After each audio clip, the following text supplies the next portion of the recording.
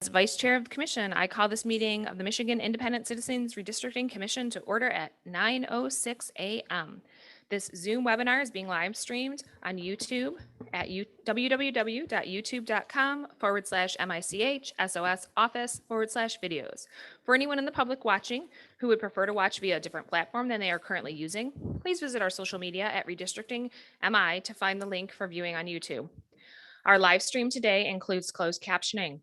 Closed captioning, ASL interpretation, and Spanish, Arabic, and Bengali translation services will be provided for effective participation in the meeting.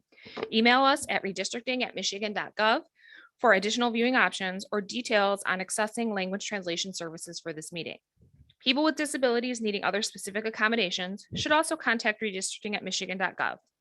This meeting is being recorded and will be available at www.michigan.gov/MICRC for viewing at a later date. The meeting is also being transcribed, and those transcriptions will be made available and posted on Michigan's website at www.michigan.gov/MICRC, along with written public comment submissions. There is also a public comment portal that may be accessed by visiting michigan.gov/MICRC.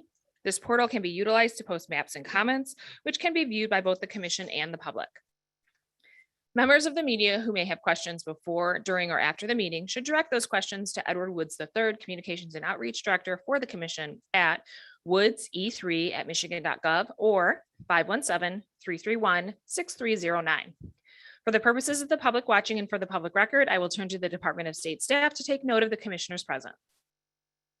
Good morning, commissioners. Please say present when I call your name. If you're attending the meeting remotely, please disclose your physical location unless your absence is due to military duty.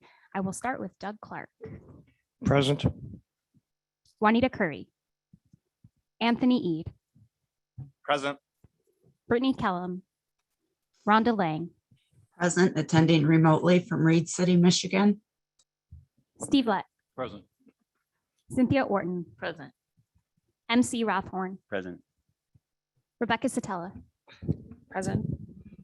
Janice Follett. Present. Aaron Wagner. Richard Weiss. Present. Dustin Witches. Present. 10 commissioners are present and there is a quorum. Thank you, Ms. Reinhardt. As a reminder to the public watching, you can view the agenda at www.michigan.gov/MICRC. I will now entertain a motion to approve the meeting agenda. So moved. Motion made by Commissioner Witches, seconded by Commissioner Clark.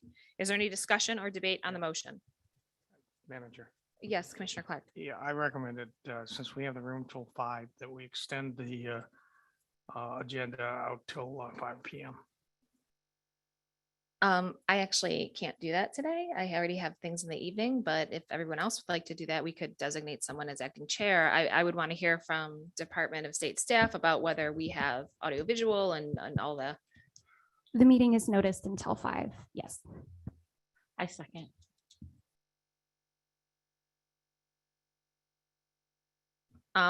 Okay, Commissioner Lang. Just for full disclosure, I'm not feeling good today and I'm here just to make sure we have a quorum. So I don't know if I can make it till 5. Just I noticed you sounded sick when you said you were here. So thank you for your diligence and your persistence in attending, Commissioner Lang.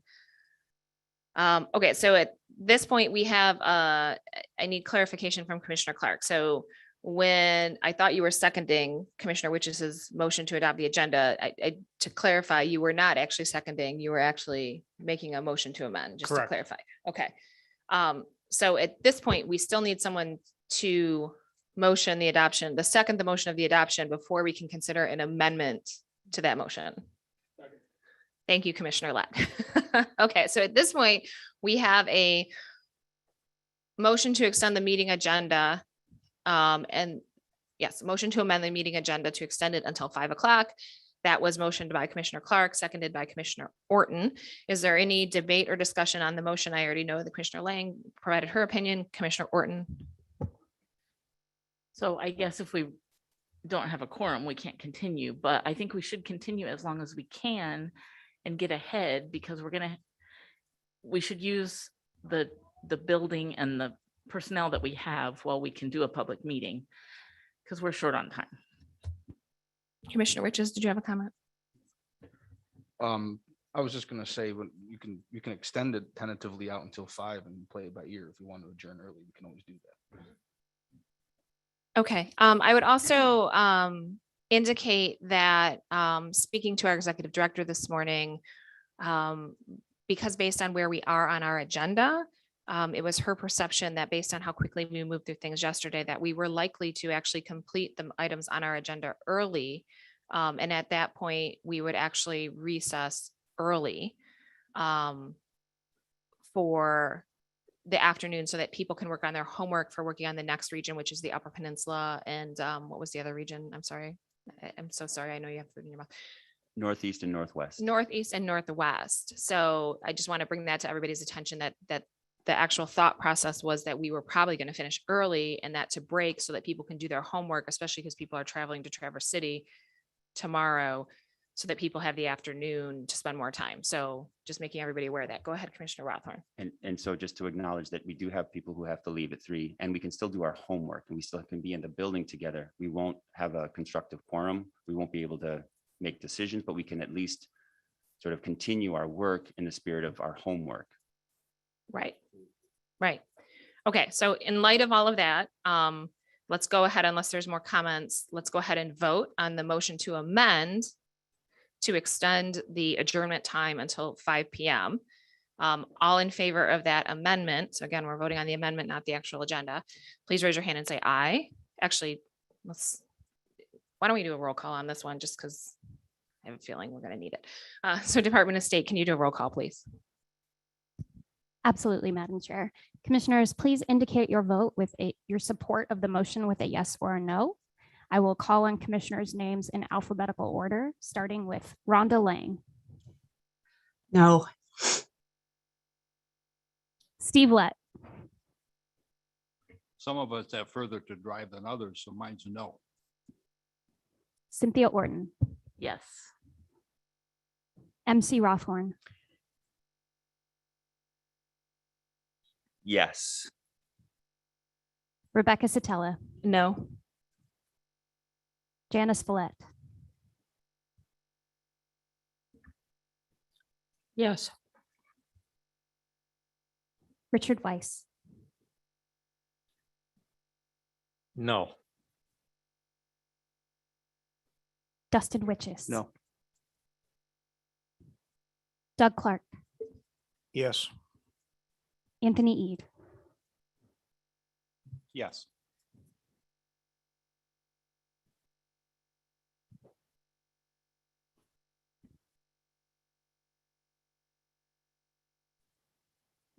We have a tie of 5 no's and 5 yeses, guys. So that fails. So it doesn't pass. All right, so at this point, we're going to move on to adopting the agenda, which has not been amended. So we have a motion by Commissioner Witches, seconded by Commissioner Orton. Was that correct? Commissioner Lett, sorry. Commissioner Witches, Commissioner Lett to adopt the meeting agenda. All in favor of adopting the meeting agenda, please raise your hand and say aye. Aye. Aye. All opposed, please raise your hand and say nay. All right, the motion to adopt the meeting agenda passes. So we have adopted the agenda. Thank you, everybody. All right, at this time, we're going to move on to the public comment pertaining to agenda topics portion of our meeting, unless there is an objection to doing so. Hearing no objections, we will now proceed with the public comment pertaining to agenda topics. I believe we have one person in person. Okay, so individuals who have signed up and indicated they would like to provide in-person public commentary to the commission will now be allowed to do so. Please step to the nearest microphone when I call your number. When you hear, you will have 2 minutes to address the commission. Please conclude your remarks when you hear the timer. You can step to the microphone, sir. First in line to provide public comment is number 1, and you are now invited to address the commission. My name is Mike Huerta. I am the president of UAW Local 602 in Lansing. First off, thank you for the work you're doing. I don't envy you. It's got to be very difficult. And I'm here to stand in favor of fairness, equity. 61% of the population of the state of Michigan who voted in favor of you guys doing this, of everyone coming and making it a more democratic process, not having safe districts, not having lifetime ability to just sit there and do whatever you choose without any oversight. Our elected officials need to have an opportunity to be voted out should they not represent their districts. This is what democracy is about. I urge you to make the maps with fairness in mind, with equity in mind, with accountability in mind. Don't be afraid to break up a city. Don't be afraid to do what you have to. In my opinion, you're probably going to have people not happy with what you've done, no matter what you do. Okay. But if you let your conscience be your guide, I think you'll do great.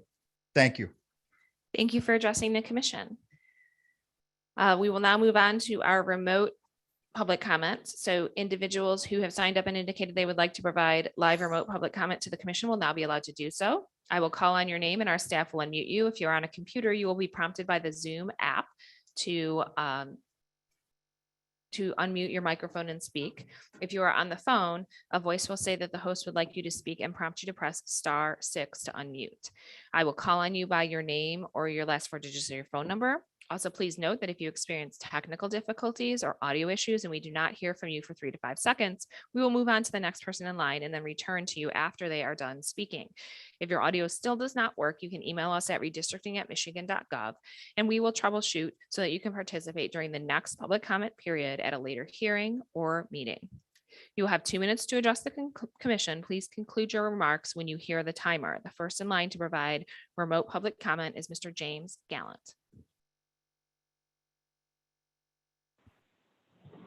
Can you hear me, Madam Chair? Good morning, Mr. Gallant. Please proceed. Hello, my name is James Gallant. I'm with the Marquette County Suicide Prevention Coalition, and these are my opinions.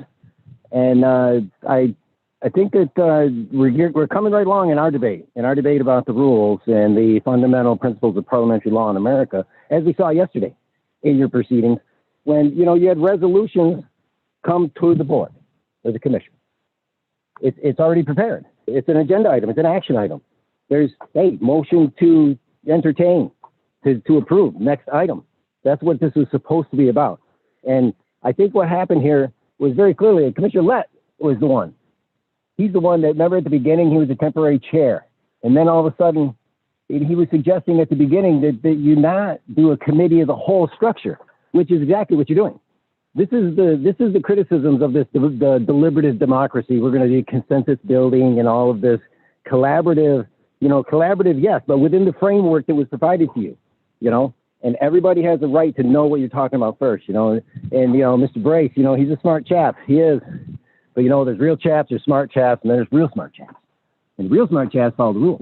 And, they take a little bit less, but they, and they give and take. That's the give and take part, but to follow the rules.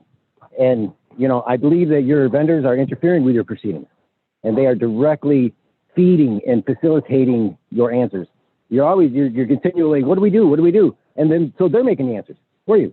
This is not, and the deliberative process, your consensus building, everybody is supposed to have to speak. That's one of the criticisms. It takes so long because everybody has to give their opinion. You only got 4 or 5 people right here, right now, dominating the discussion. Commissioner Clark, Commissioner Witches, Commissioner Zatetta are the bullies. It's bullying because the chair does not have the authority to assign the floor before there is a motion that has been properly seconded. So this is bullying, and this is too personal. You're getting first name basis because you're not supposed to do that. You're not supposed to be on a first name basis, and that's why this is wrong. Thank you. Thank you for addressing the commission. We will now move on to Callie Bruley.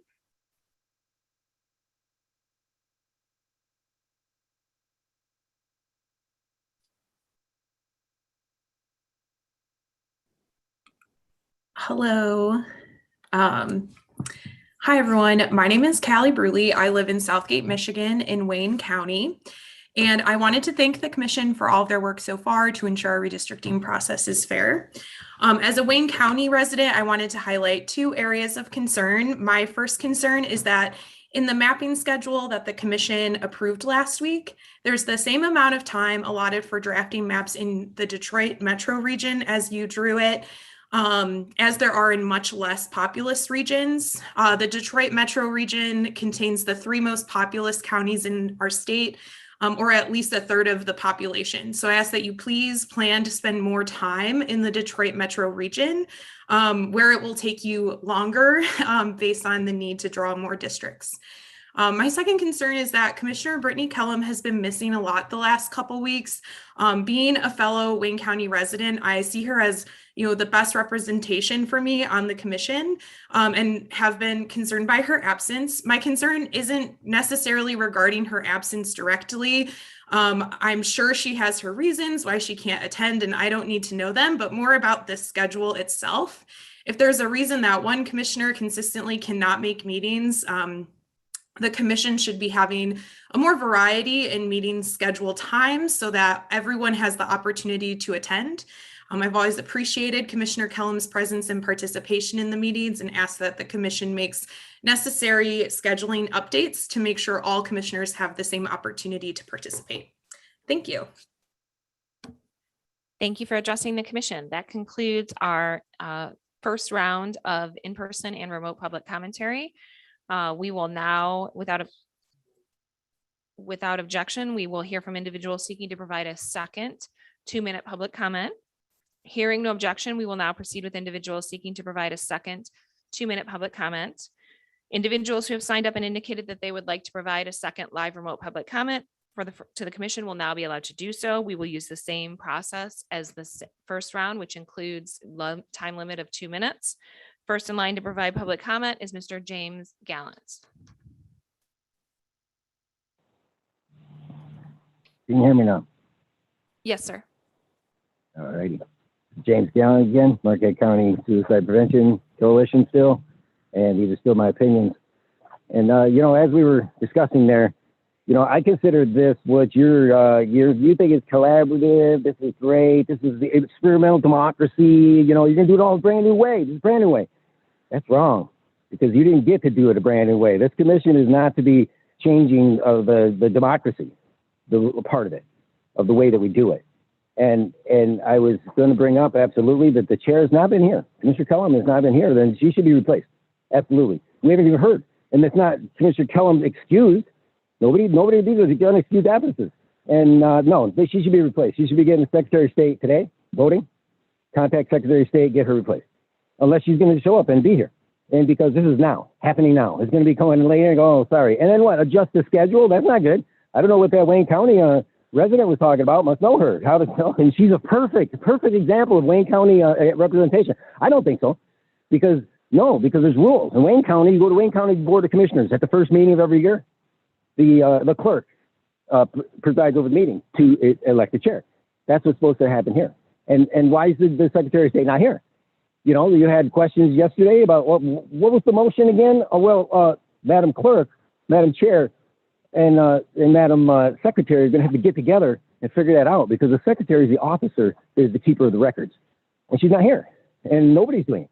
And I think I'm going to be pursuing a recall election petition for because Secretary of State is simply not participating here. She's not doing her constitutional duty to be the secretary without a vote. You have to be at the meeting. Every meeting under parliamentary law in America has to have two officers, a chair and a secretary. Not co-chairs, not the vice chair, not that. No, a chair and a secretary, a keeper of the records. And she's personally not doing it. And then just hearing no objections, it becomes, apparently they agree. And if she agrees, then she's going to have to explain. So thank you. Thank you for addressing the commission, Mr. Gallant. That concludes our public comment this morning. I'd like to mention that all emailed and mailed public comment is provided to the commission before each meeting, and the commissioners also review the public comment portal on our www.michigan.gov/MICRC website on a regular basis. We appreciate everyone who provides public comment in whatever way that they choose to do so, and we invite you to keep sharing your thoughts, communities of interest, and your proposed maps. Without objection, I'd like to move on to unfinished business, agenda item 5A, continuation of mapping of the state house districts in the southeast region. The region includes Monroe, Lenawee, and Hillsdale counties along the southeast border with Ohio, as well as Jackson, Washington, and Livingston counties. The regions in which the commission is working today provide a starting point so that we aren't mapping the entire state at one time. Regions are not districts, so district lines will be drawn across regions as the commission meets the criteria listed in the Michigan Constitution. The criteria in rank order are: 1, equal population in compliance with the Voting Rights Act and federal law; 2, geographically contiguous. 3, reflect the state's diverse population and communities of interest. 4, not provide a disproportionate advantage to any political party. 5, not favor or disfavor any incumbent elected official or candidate. 6, reflect consideration of county, city, and township boundaries. 7, be reasonably compact. Without objection, I'd like to ask, I'm sorry, 1 second. So we are going to pick up and facilitate the facilitate the drawing of the House District drafting in the Southeast region. We're going to proceed in the same order that we began with yesterday. I believe we left off with Commissioner Eid as the last person who did mapping yesterday. So we're going to pick up where we left off. Is that correct? Or was it you, Commissioner Lett? I thought we were with Commissioner Eid. Commissioner Eid. That's correct. Okay. All right. So next in line, and I appreciate that you're sick, Commissioner Lang. So if you would be so kind as to do the next House District, if you are up to it. Does the commission mind if I pass today? I don't have a problem with that. Okay, I'm going to pass. Okay. All right. So let's move on to Commissioner Lett then. And Mr. Morgan, I believe you're the one who's going to be assisting with mapping today. So if you could. Yeah, that's my understanding. I'll load this up and I may need a little help connecting the video. Let's see if this works. Yeah. So we're just going to have you open up the map that we were working on yesterday and share your screen so that the public can see what we're working on.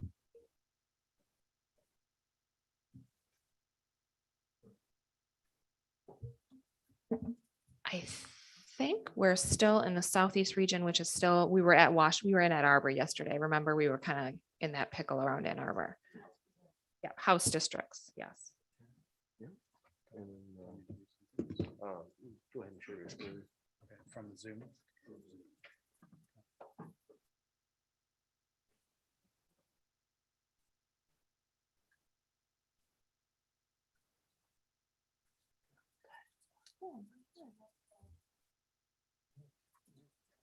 Okay, can you see my screen on the monitors? Yes, we can. Okay, and on the Zoom feed as well, I think. Yes. Okay, so I'm going, one thing I'm going to do before is I'm just going to bring the regional layers up as a reference if you like. Okay. Okay. That would be helpful.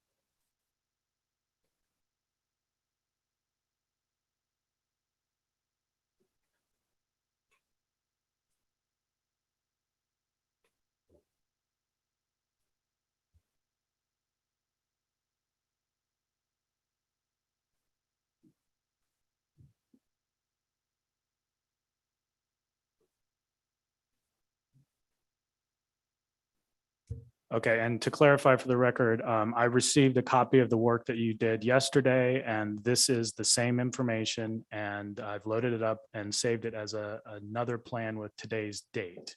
Okay. So that's how I'll copy the information from today so I can send it to EDS.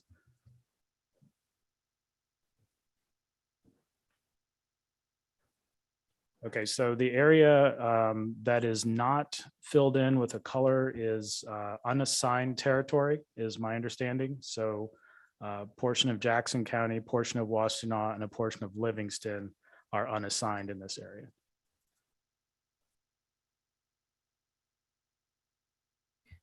So Commissioner Lett, where would you like to focus in on?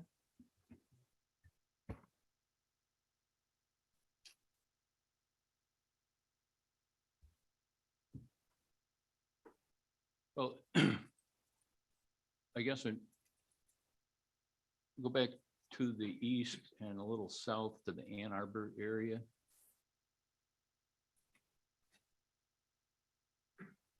I was reading the comments last night, and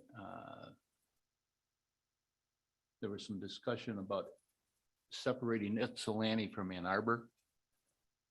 And they seem to say that Ann Arbor and Ypsilanti ought to be together in one district.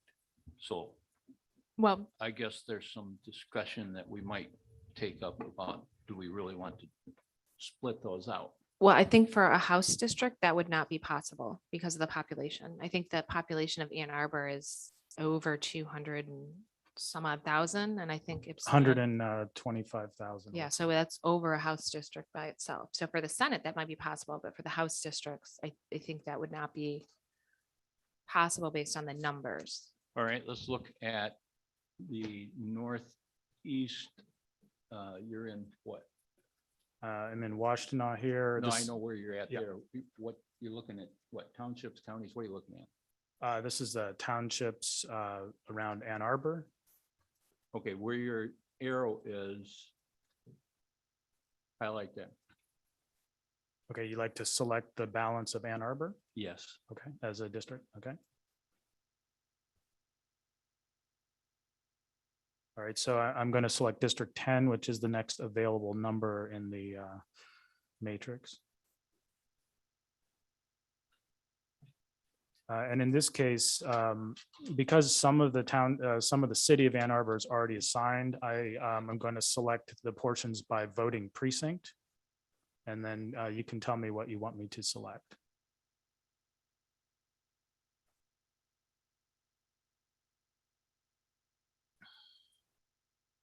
And the long string of numbers are the precinct numbers, which I don't know. I don't think we have a name other than the numbers in this part of the area. Unless Kent, is there a name for the precincts? Not that I'm aware of. No, Okay, not- thank you. sorry, Not. Yeah, Okay. the last 4 digits of that long number is the precinct number.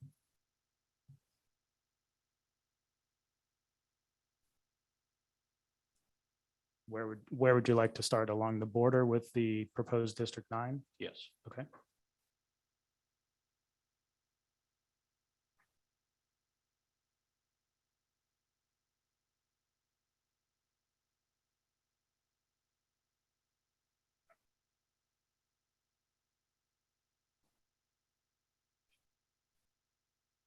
Okay, there's one voting precinct. Is there, okay, just keep going to the east. Okay.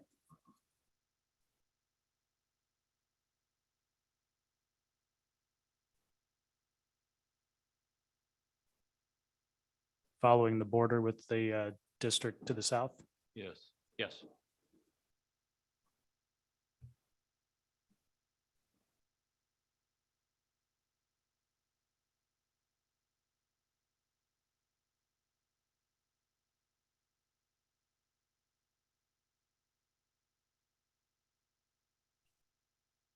Continue? Yes. Okay.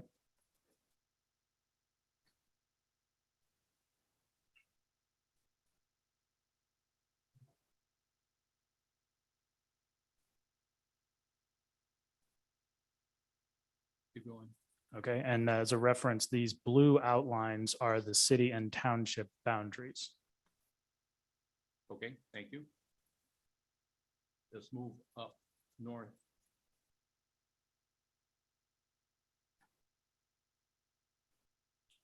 Okay, yeah, that particular voting precinct appears to be part of the township.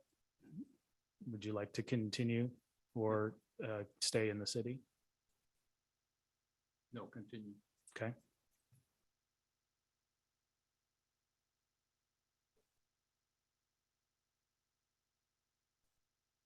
Move over to the west where you have that right below Ann Arbor, right there, through there. Here to the far west? No, at the end of Arbor. Okay.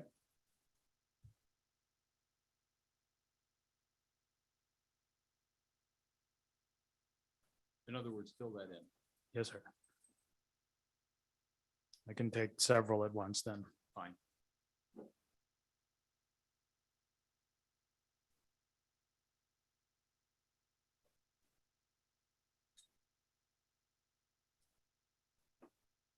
Then to the west.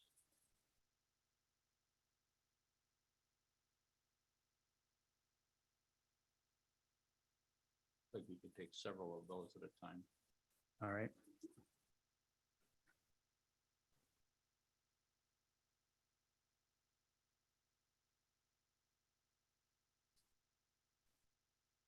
Would you like me to undo that last one? Yeah, it's a little weird out there. Okay, again, it appears to be part of the township outside of the city. What I think you've ended up doing, John, is you've ended up selecting a polygon that's inside the city, part of the problem with annexation. And therefore it selected the remainder of that township that's outside the city.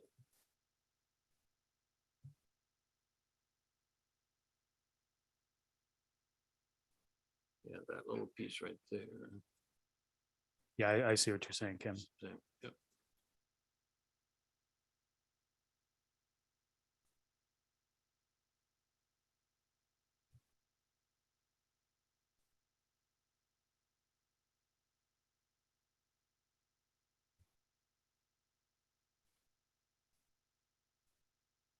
Okay. The population is 50,000, 54,000, about 60% of the district at this point. The blue numbers are population numbers, right? Yes, the blue numbers on the voting precincts are the population numbers. So one over here is 5,900, which is fairly large for a voting precinct. Others 1,500, 1,200. Go over to the east, just north of what you have picked already, and let's take it back to the west, picking those up as we go, please. Okay.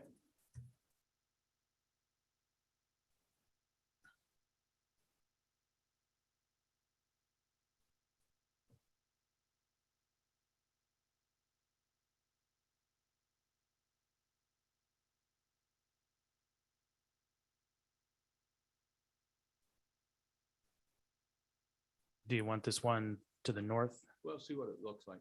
Okay.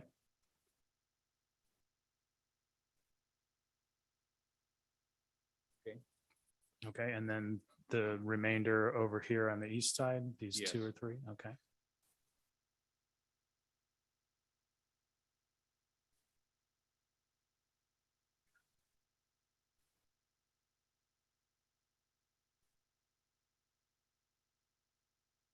Okay, that's 71,000, about 22% under. Right. Okay, Keep going.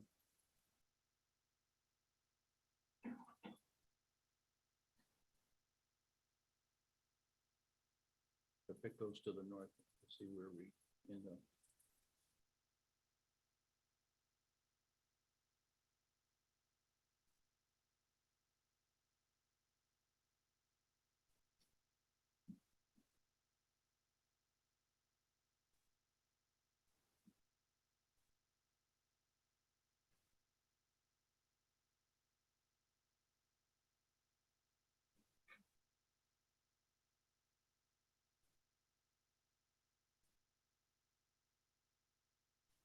this next one here, Mm-hmm. okay.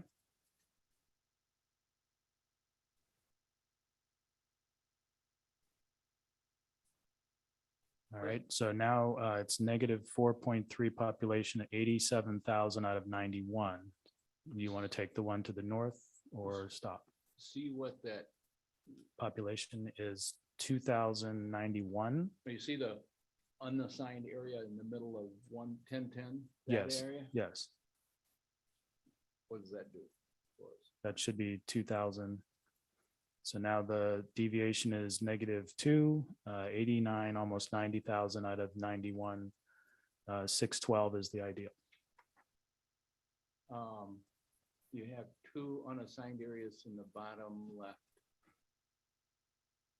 Yes, in order to select those, you would potentially have to look by block. I can select them as a voting precinct and see what that looks like if you like. I think that voting precinct goes down below, so I think you are gonna have to do it by block. Okay. Let's see what it looks like. By block or select the voting precinct? No, by block. Block. Okay.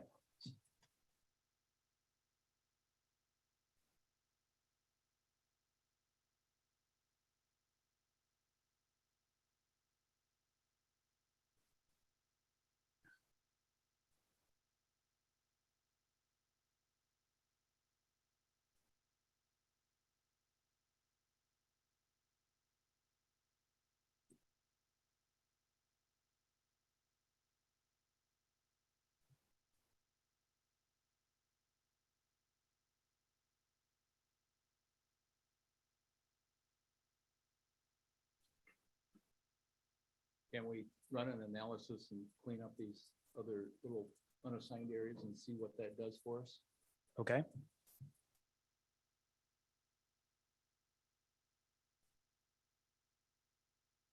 In this case, this would be discontiguities is what you're looking for? The areas that are, okay, discontiguous.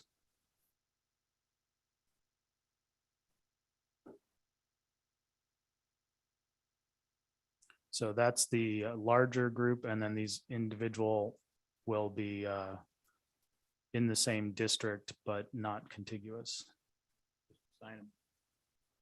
Okay, so in this case, we would be assigning this to District 9, which was a previously drafted district. Is that what you'd like to do? Got to put it somewhere. Okay, And Probably doesn't have enough select your people adjacent to make it districts. one district, does it? Yep, there you go.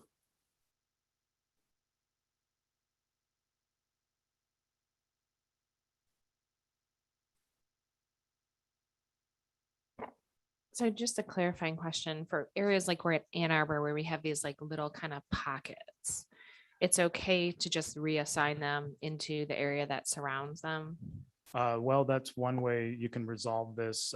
Another possibility would be to assign whatever the non-contiguous portion is. If you wanted to, that would resolve it without using these small blocks. However, as you can see by this block, the population is 0. Yeah. The only thing I'd point out is it may be a different municipality, if that's something to consider. Which means potentially you've got election officials having to do like a different ballot for this precinct For this- or this For little this- block. Right, versus- right. area So- So it's more precinct. complicated for the It is. election officials. And again, as you know, we've discussed before, there's plenty of opportunity to make revisions if you wanted to consider that at a later point. Okay. But for the moment, if Commissioner Lett wants to assign those, that's certainly Okay. appropriate. So there's like basically 2 options. You can try to make sure you're including the outside areas, so you're catching all that, or you can kind of just go back in and reassign things to the That's a very surround- good way to consider it. It's a different But- option. Kim, go ahead. But basically what you, if indeed, from an election authority standpoint, if, for example, these blocks have 0 population, then yes, it's territory that's not within the city, but it's not affecting any voters. So that's certainly one consideration. If you see these blocks of unpopulated, then you can go ahead and assign them to the surrounding area. And they're not really impacting anybody from the election side. Now, if indeed, over the next decade, this little area suddenly has people that move into that, then they become a separate ballot stop. But, that's up to the election official in terms of how they deal with that, but that would be the circumstance. Okay, thank you. And the only other point I'd add to that is when we come to the point of creating a legal description of the document, it would just say, I think it's Ann Arbor Township, and it would say population 0 for this particular area. Okay, so putting this in 9, yeah.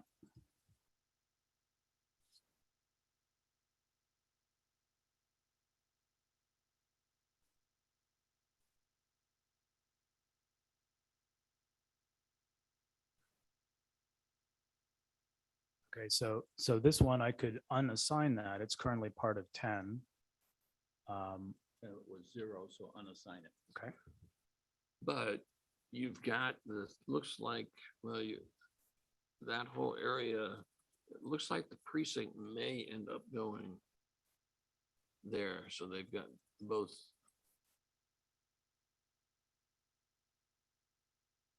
That one goes there. Yeah, I'm backing up to the one that it appeared it did not assign.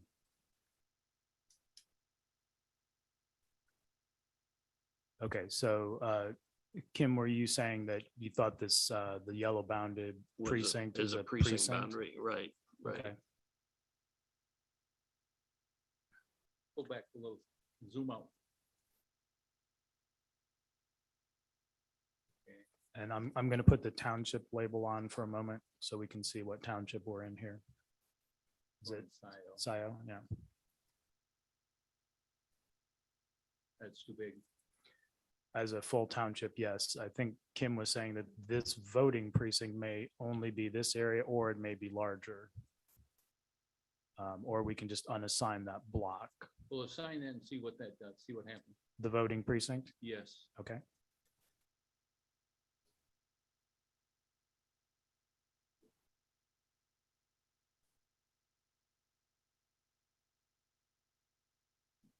Oops. All right, it's okay. Let's zoom out and see what it looks like, and then we'll meet up with our friend Undo. Okay, so yeah, that's that whole portion, including this area here and this area here. This small block appears to be part of the city of Ann Arbor, and I think this is part of the township. That would be indicated by the yellow boundary. So I will undo this. Is that what you like? Yes.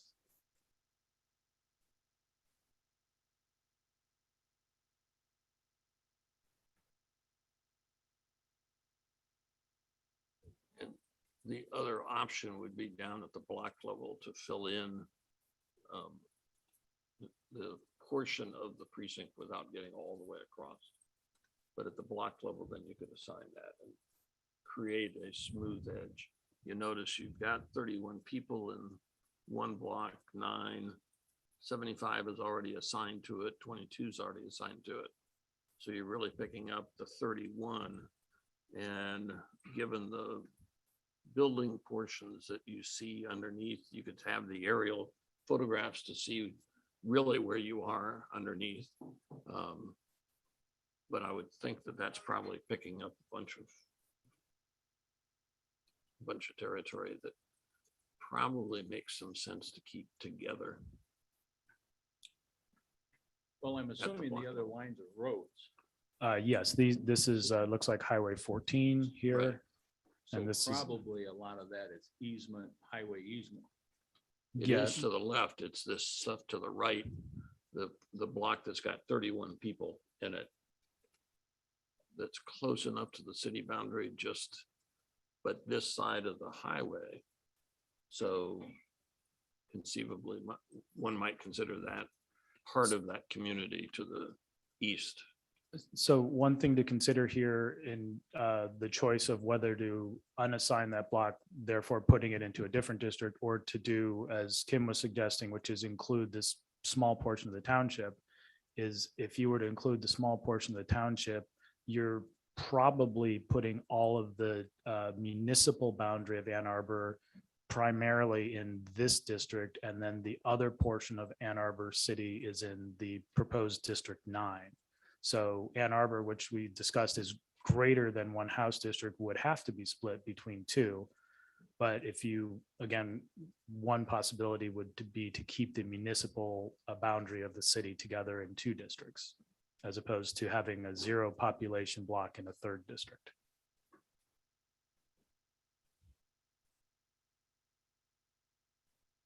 Commissioner Eid.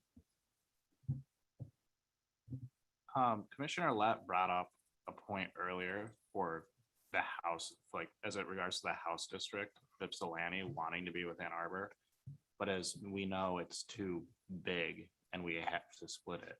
But while it's being split, is there a way to have the part that we split up with Ypsilanti?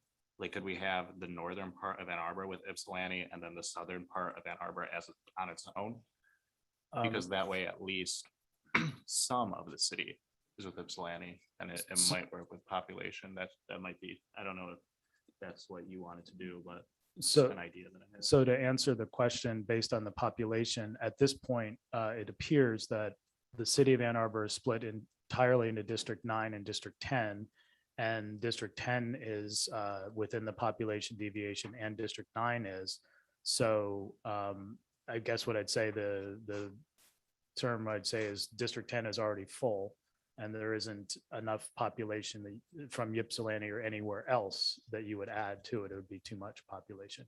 You could, along your lines of thinking, you could take a third portion of Ann Arbor and pair it with part of Ypsilanti, which would be a different draw, but you could do that.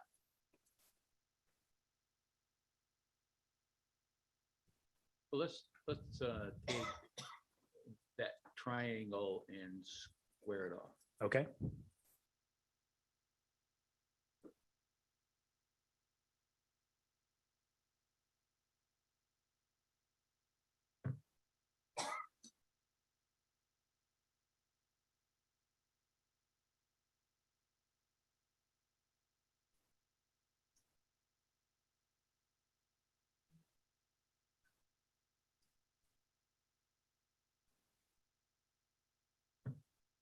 Then go, yeah, pick up the 9 and pick up the 0. Commissioner Orton.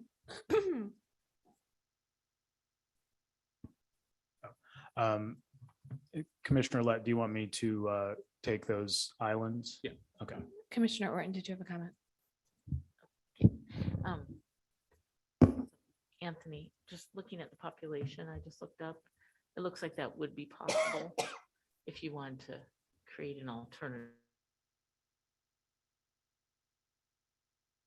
Could be too.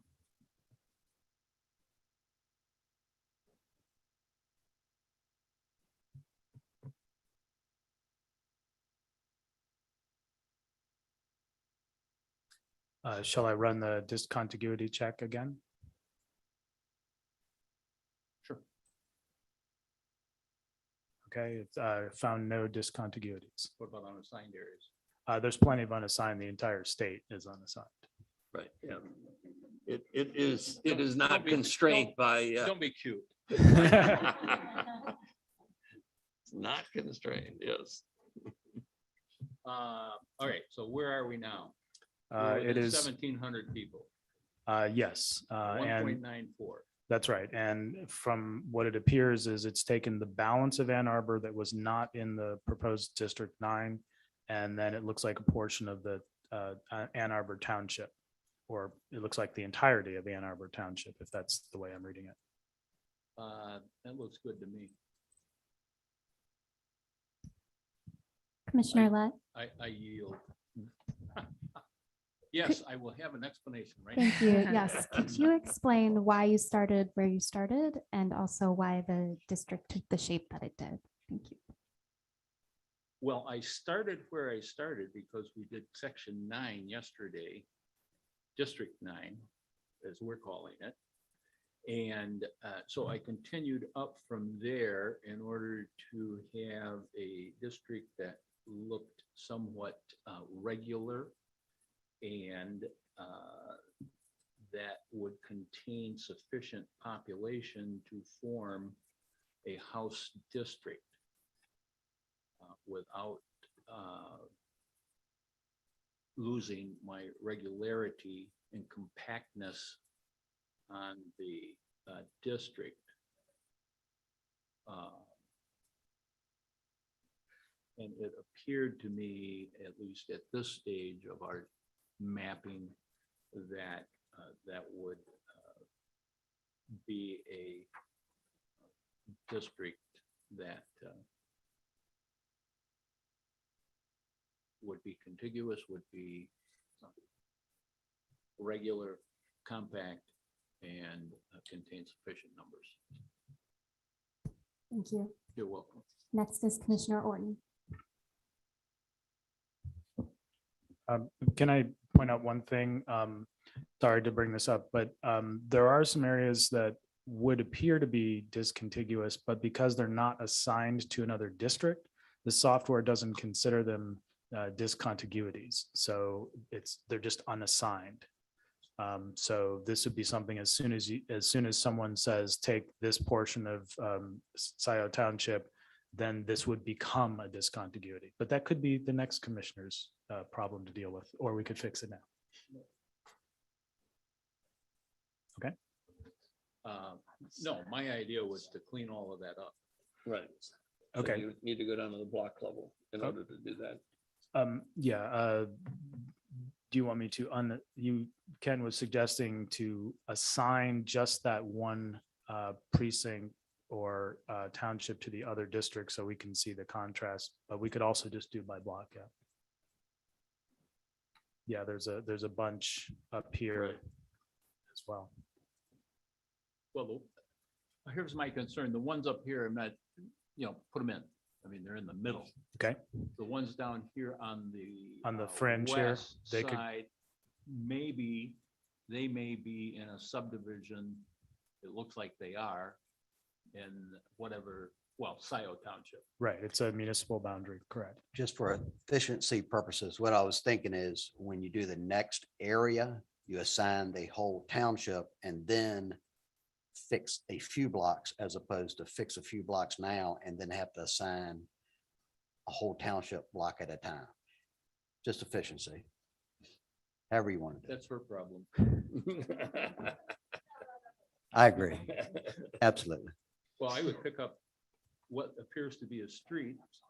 And if I had to guess, I would think it was, it might be phase 2 of whatever subdivision going in there. Okay. Okay.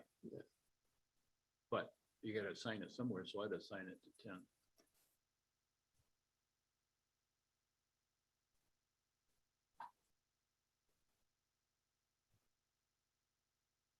And then, we got 407. Yeah, let me zoom in on this. Yeah, because this is a corner to corner, I believe this would be considered not contiguous. So I'll click this one, but we'll leave this as an open question. Yeah, because we may have to Cynthia may have to come back to that, assuming she goes that way. Yeah. To take a look at that. That is a township. Yeah, that is a township I boundary. would leave that white. The unassigned So that area. we don't forget it. Okay. Okay, and then up to the north, we have these other township islands. Yeah, I would put those in. Okay.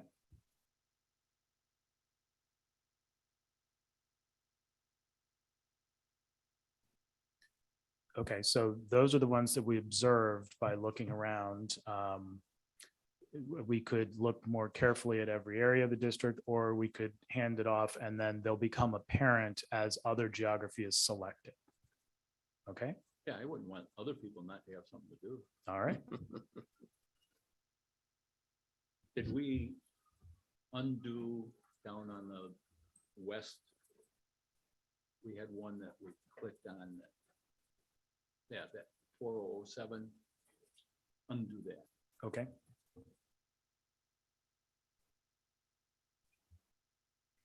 So that we don't forget it. Okay.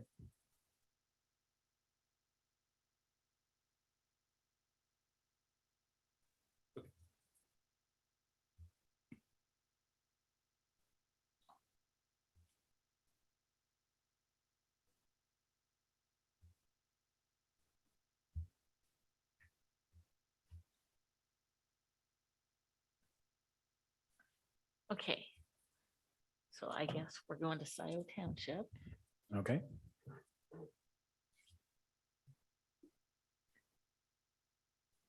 So starting a new district, and Yeah. District 11 is the next new number. Do you want to use that Yes, number? Okay. please, thank you.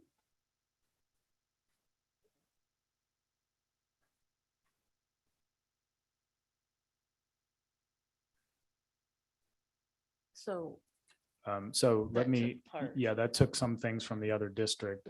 So as Kim pointed out, quietly, I heard him say that we could lock the District 10. And then would that township selection work, or would I have to select by precinct? No, that would work. Okay, would you like me to trouble with undo that I would last? like you to, undo that so that that goes back to 9.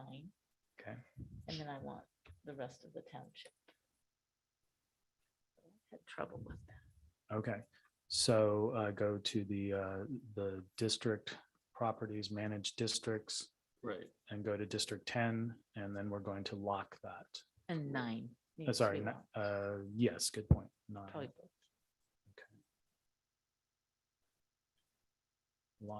Locking 9 and locking 10.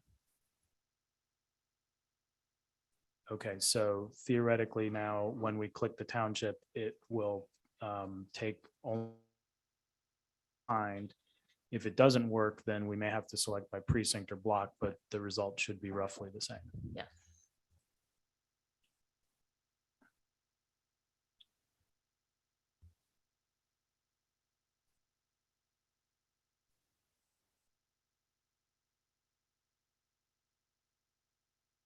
That's the problem that I've run into, Yeah. is that it won't select. That's right. So that's, I don't know if I'd call it a safety feature, but it's either a feature or I wouldn't call it a bug, but it's how the software resolves that. So in this case, what I would suggest is we look at the precinct or block level and select. Yeah. Okay. Whatever you have to do to get Scioto Township.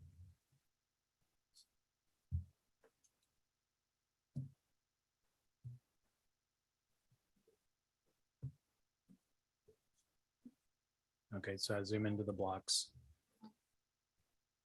And what I think I can do is I can select the equivalent of the balance of that voting district that's been split here.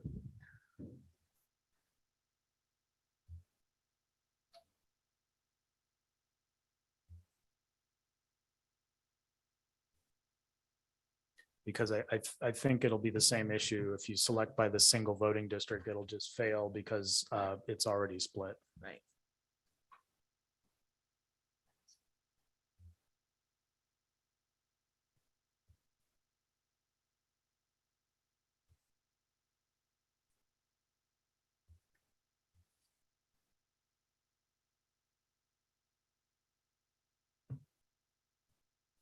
I'm going to make the district a little more visible. So I'm just going to I was change the going to color. suggest that, so thank you very much. And again, the changing the color doesn't have any impact on the process here.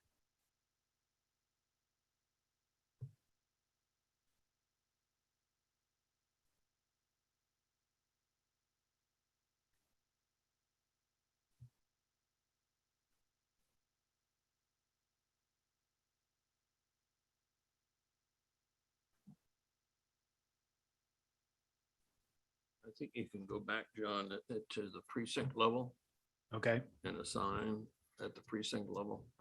You've got precinct 10 locked.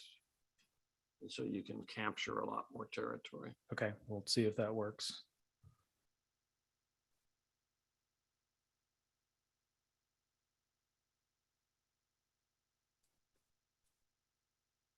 Can you make that color darker? Yes.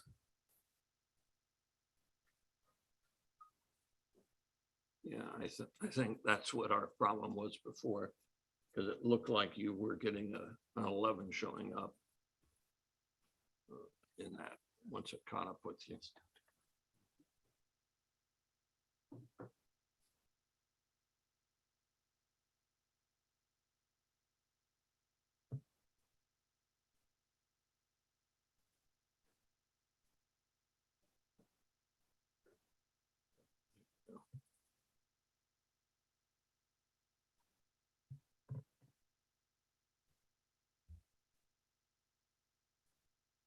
So again, trying to assign this voting district, it may or may not accept that.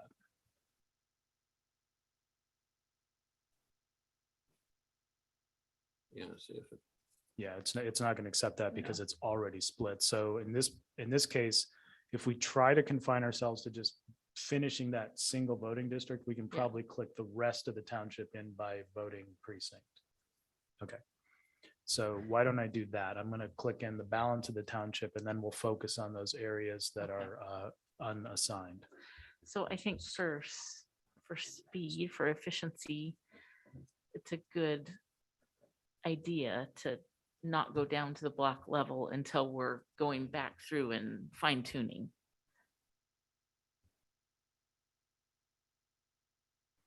And I guess this is one way to check to figure out which voting precincts are split, because if essentially if the software puts that in, then it's not split. And if the software doesn't put it in, then it's an indication that it is split. Yeah.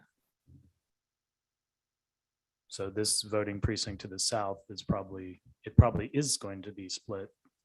No, yeah, because there's an island in there, let's say. Yeah. Right. Okay. All right. So now we'll go in and select by block.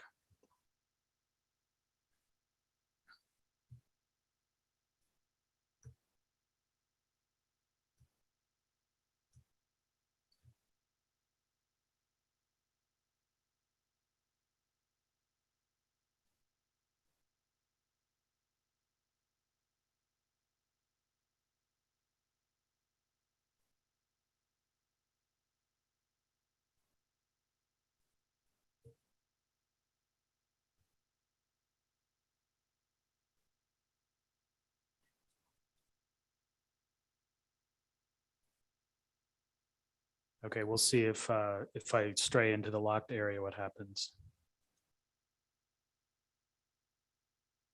Okay, it works. Oh, So in that case, since we're doing this at the block level, it doesn't take the blocks in the lock district. So that's exactly what we want.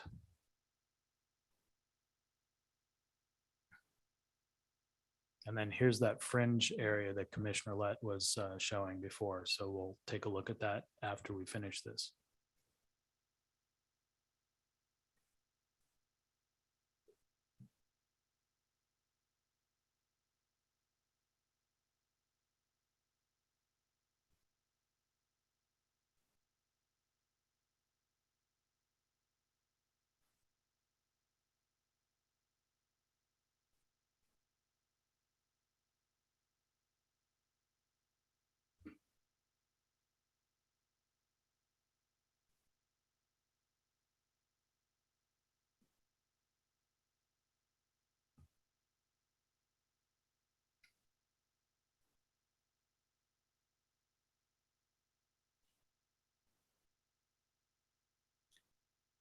Okay, so it appears that the township is in. okay, I think this is another municipality there. right, Dexter. We can clean up along the edge if you want Okay. before we go on. Sure, and to facilitate that, if I use the discontiguity check, it should highlight any areas that are discontiguous. But we'll have to unlock 10 before we can. That's right. You taught me well.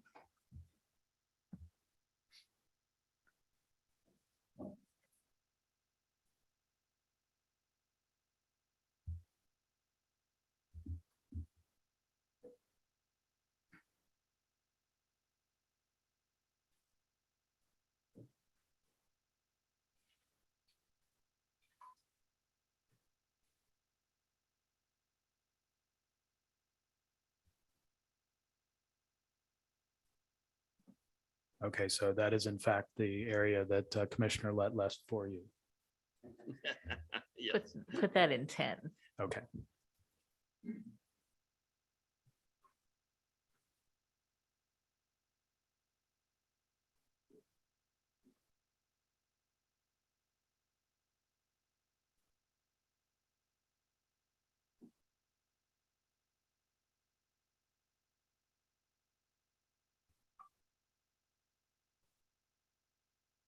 Okay, so Before we move away from there, can we change the map to aerial view? okay, I want to look at that and sure. see what that whole area is. It's actually within the edit tools, as I recall, Okay. down at the bottom. Configure view. Configure view. Okay. Configure view. Yes, Okay, there you so go. let's try.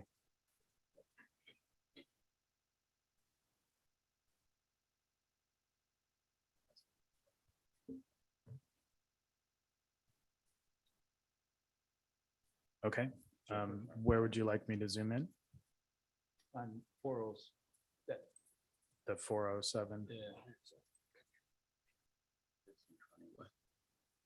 Okay, so again, this legally appears to be part of Scioto Township. And there doesn't, well, it appears to be maybe one structure. It's a little. Yeah, Okay. it looks like the structure is actually in the city and perhaps another parcel is in the township. You might want to May- select the May- other aerial. May I speak Okay. to this? These protruding pieces are going to, they're your district boundaries. So when you run your compactness, these little jaggedy edge are going to decrease your compactness scores. At the same time, it can make the voter registrars or election officials happier because it's in the correct township that the block is. But those little pieces like that will impact your compactness scores, yet there's no people living there. It's just something to keep in mind when you're starting to get wiggly lines and people start wondering, why did you do that? And I think you've provided a reason why Kent and others, we saw that there's the township boundary there. I just wanted to see what it looked like.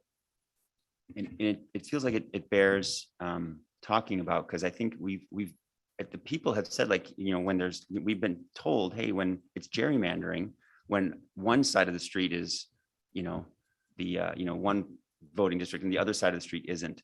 I guess I'm thinking about how it's rather, like this, sometimes it feels right to do it this way.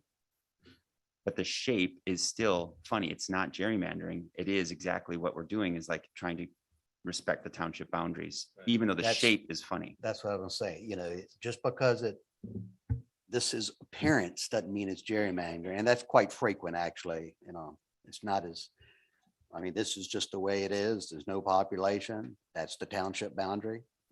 It can make good sense either way. Madam Chair, Yes, General Counsel. again, just to uplift what Commissioner Rothorn is saying, right now, the commission is just looking at equal population.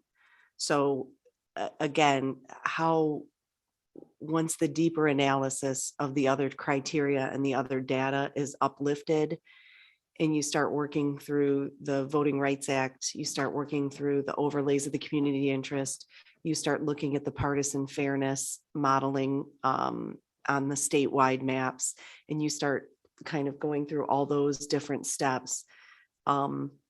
Again, right now, the commission's painting with a very broad brush just based on equal population of the districts. So I just wanted to highlight that again for the record. But you are reflecting the other constraint that you have in your provisions in terms of the township and city boundaries. So it's the conflict there that is happening, what we're seeing here. I think that's like the 6th criteria. Yeah. Okay, John, if you would choose the city of Dexter Okay. or village, probably.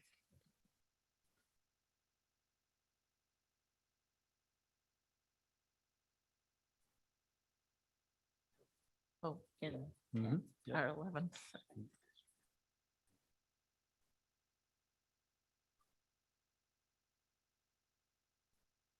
I think the undo button should require a toll.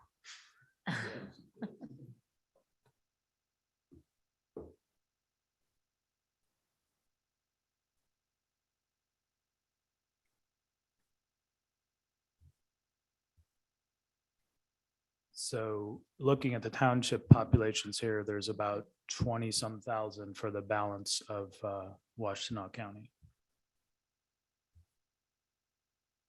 So this is going to be very large. So, okay, I guess choose those. The northern tier of the townships, okay? The district should be able to accommodate that.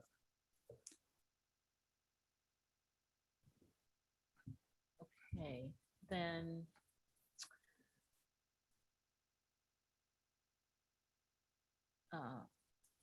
Choose the township of Hamburg. Okay. Yep. Just north. Yep.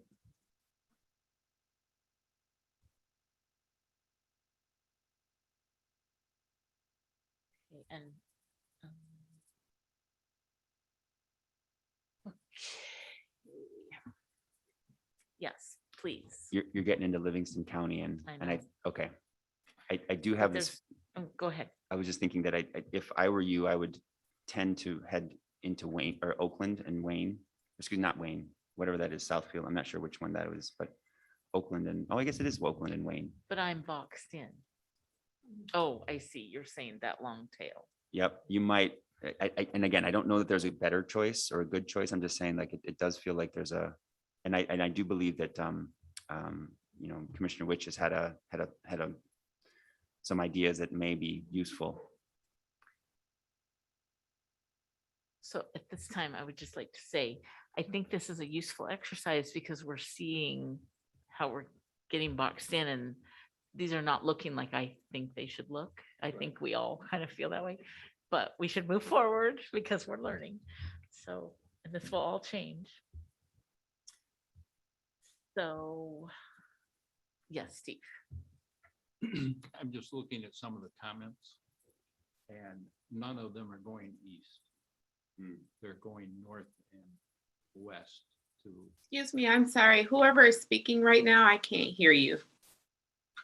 This is the Sorry, interpreter. I'll do better. Thank you. None are going east. They're going into Scio, Hamburg, up that way. In other words, they're not headed towards Detroit. Just to let you know, I mean, I'm just looking at them. Thank you. Can you zoom out so I can see more?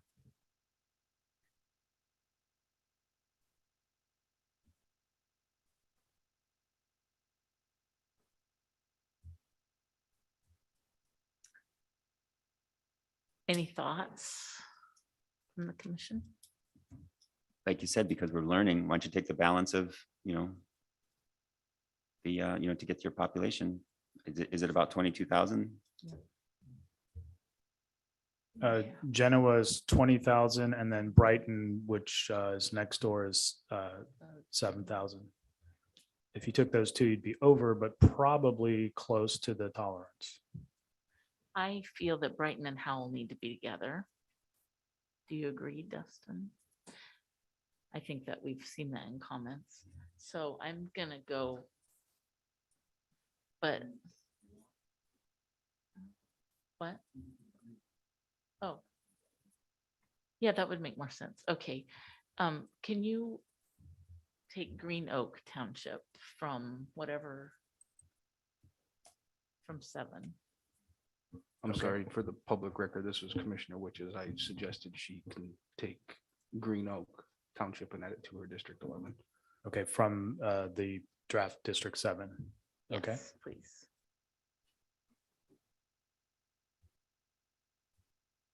Okay.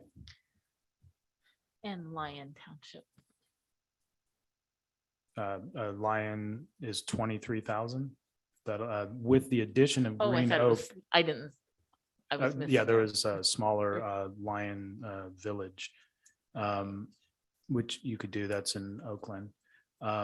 Here you're at negative 2.9. It's within the tolerance. There are additional townships as well. where you can start. Well, so eventually I think we should be closer than that, but for right now, I think that's good. Okay, and then I'll point out, just for the record, and I'm sure people are aware of this, by doing that, you've unbalanced District 7, which again, but you're completing your district, and then it leaves 7 unresolved. If you want to revisit that or let it be. Like Steve says, that's the next person's problem. Commissioner Orton, before we move on, could you provide explanation as to why you went the areas you went for this district? Yes, so I was not wanting us to leave a hole, so I chose Scioto Township first. And I was trying to keep it in proximity with each other. That's the direction that was available. And population, always. Thank you. Next is Commissioner Rothorn. Thank you. So I would like to try to fix number 7, and Dustin, I believe you have some thoughts on this, or maybe even some work. If you have any suggestions on how to balance 7, because I'm looking at Genoa and Brighton, for example, and that's a district right there. That's a house district, but I also know we got to, yeah. So if you have any thoughts, I'd appreciate your input, or anyone for that matter. But yeah, I'd like to focus on fixing 7 and then draw the rest of it. Let me update my map here real quick so I can see what. Okay. Okay, and just to point out, since we took Brighton out of, or sorry, Green Oak out, that was 19,500 out of 7, and so that shows 19,500 out, negative. I would suggest maybe try Milford Township.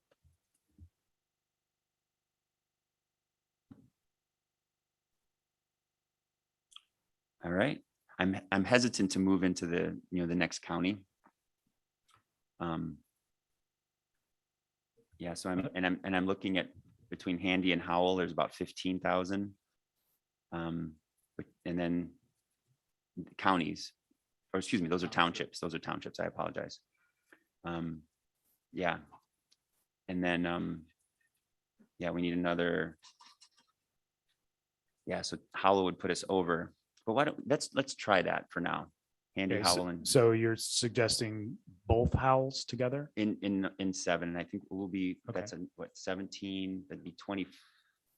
Yeah, we'd be significantly over. Yeah, and then you could potentially look at removing one of the others to balance that out if you wanted to. So I'm going to take Howell and the township and village into District 7. Mhm.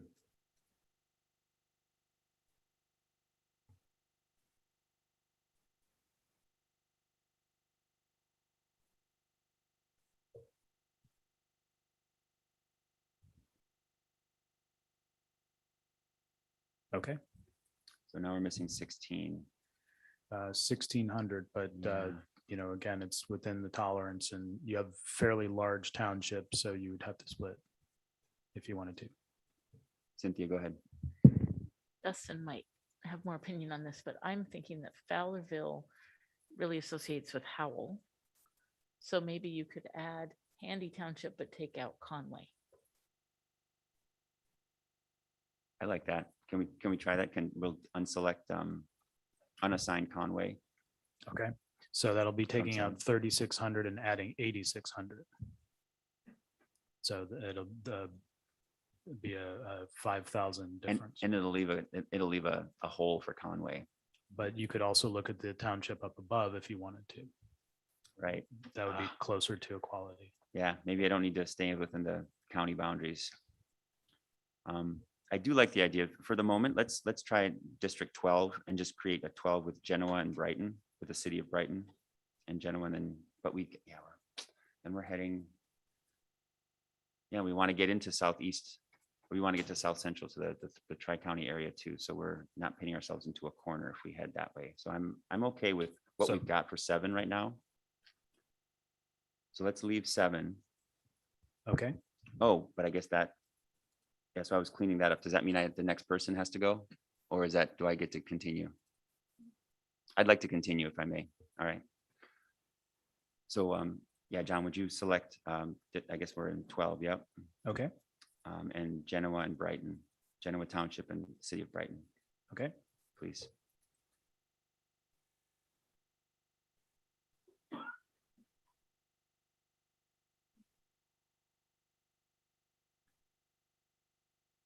So that was 28,000. Oh, interesting. I thought Brighton had 74,000. 7,400. Oh, yeah. Yeah, I guess that would be a pretty big Brighton. And I see Commissioner Witches. I have a suggestion for you at this particular point. If you, I didn't add Howell into it, but you can get close. Brighton Township, City of Brighton, Genoa, and then the 4 above that, Deerfield, Tyrone, Osceola, and Heartland. It gets you to 93,313. So that would be sort of a donut shaped district. Is that right? You're suggesting taking sort of Take what you have right now, take out Conway, Cohocton, Howell, and Howell Township. Can you do that, John, please? Taking out of District 7 and putting it into District 12? Just removing it completely right now, just so Okay. we can get into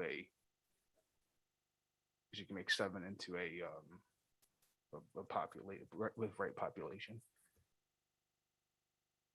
Okay, so unassigning Osceola. No, okay. Unassigned Conway, Cohocton, Handy, Howell, and City of Howell. Okay.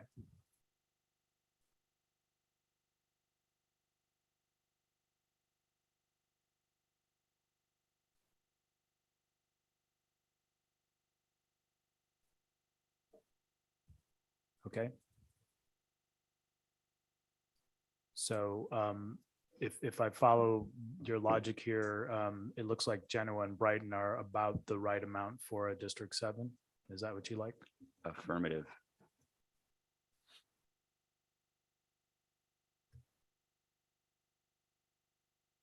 Again, that was just a suggestion. And this was Commissioner Witches again. Love it. Love that suggestion. Thank you.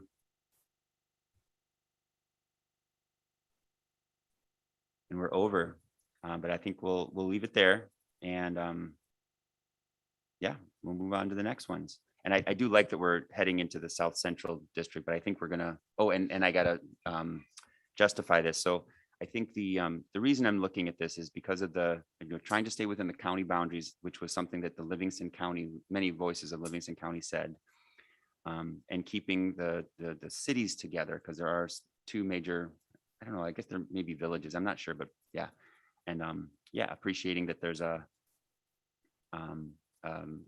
commissioner who lives there and can help create some understanding of how to divide it up. So those are the reasons that it's there, but primarily population and county borders and township borders.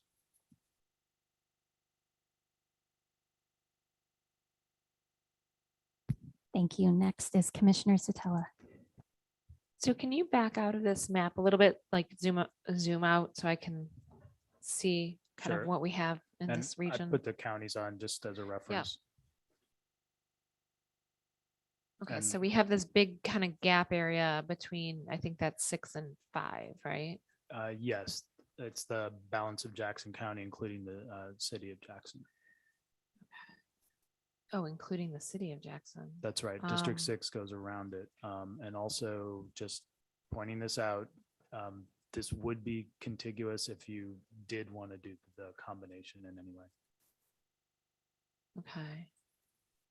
And then I'll select township so you can see the township populations. Do you want the Jackson area or the Livingston area? Yeah, I think I'm gonna go down and try to do Jackson area. I'm just looking at my own numbers here on this map. So let me see. So let's grab, I can't tell the name on that. Norval, I think is what it is. Norval. So let's start with Norval and kind of grab and go up and grab Jackson. So grab Norval. I think it's Napoleon Township next to that. Okay, so this should grab the 4 townships. Yep, the 4 including townships Leone, and then Jackson. and then the city of Jackson.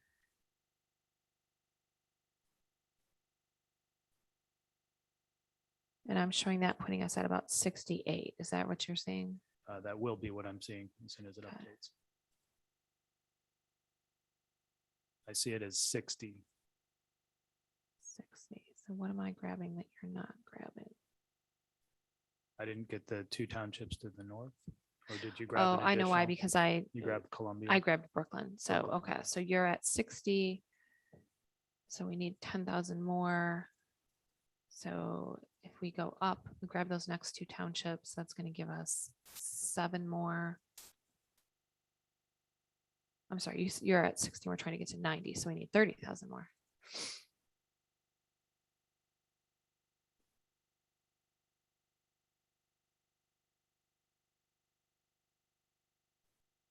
All right. So now what are we at? We're at 68,000. You need another 23 23,000. 23 more. That's going to be challenging. All right, so let me just look at some numbers here.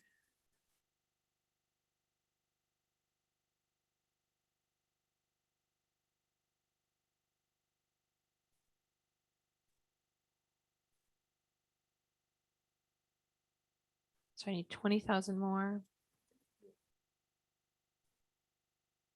So I think if we grab Stockbridge all the way across to Pinckney. So those Stockbridge is right. Yep. Grab those 3. And that's going to give us 15,000.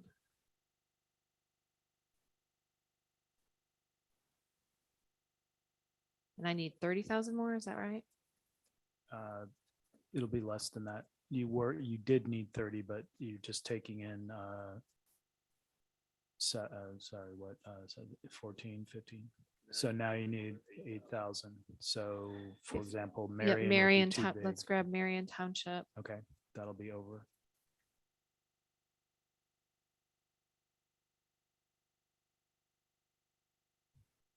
There you go. It's close. It's 3.5, but that does work. Let's grab, I think it's IASO too. So we'll be a little over, but we'll be closer. Am I over? Yeah. Oh, I'm over by 3,000. All right, Yeah, take so- that back off. Sorry, I'm thinking Sure. the other way.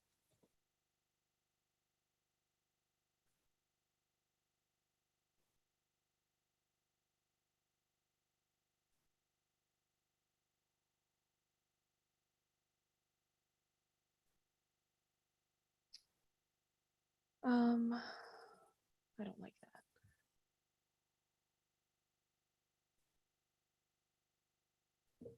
So if you were to take out Marion, it would take several rural townships if you were looking over here. Yeah, that's kind of what I'm thinking is to take out Marion, but then you're really gonna have to grab. So it's 3, so that'd be taking off 11, Mhm. but we're over by 3, right? Correct. So taking out So 11, so we 8, really so need 8, yeah, yeah. 7, 8. So 2, depending on which way you go, 2, 3, Okay, 5. so let's try to take off Marion. Okay. And then I want you to add on White Oak Township, Dansville, and North Leslie and the town of Leslie. So if you go just to the other side of Stockbridge.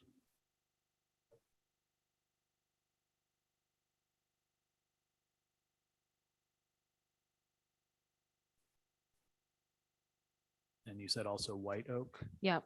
And I think that should get us pretty close.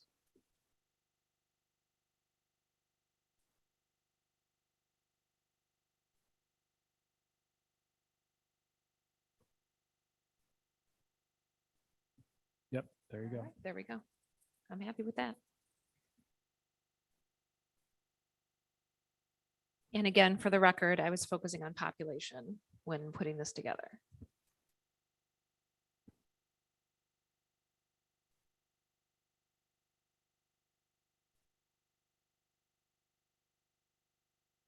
All right, so I think, can we back out a little bit to see where we're left in this? So we just have that small region of the South Central left to do. And Janice, I think we're heading to you at this point.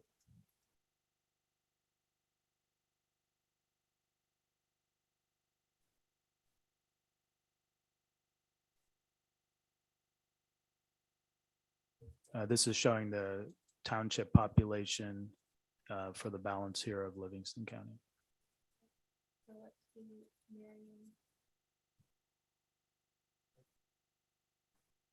Mike. I'm sorry, let's do Marion.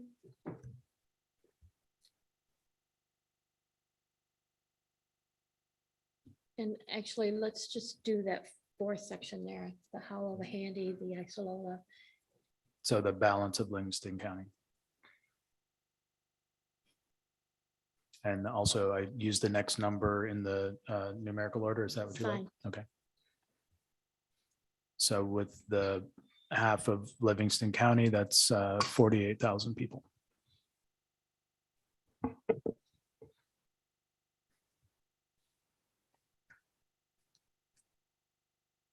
So this would put me in another county. So Either way you go, you'd either be into Ingham or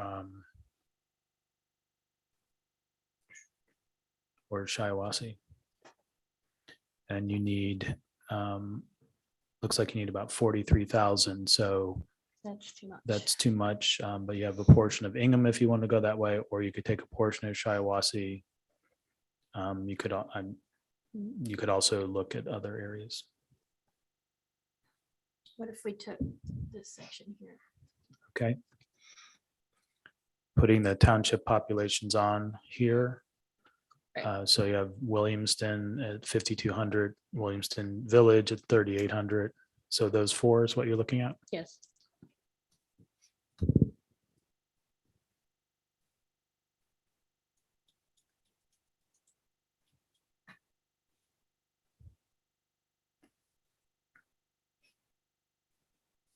And I still need another 30,000.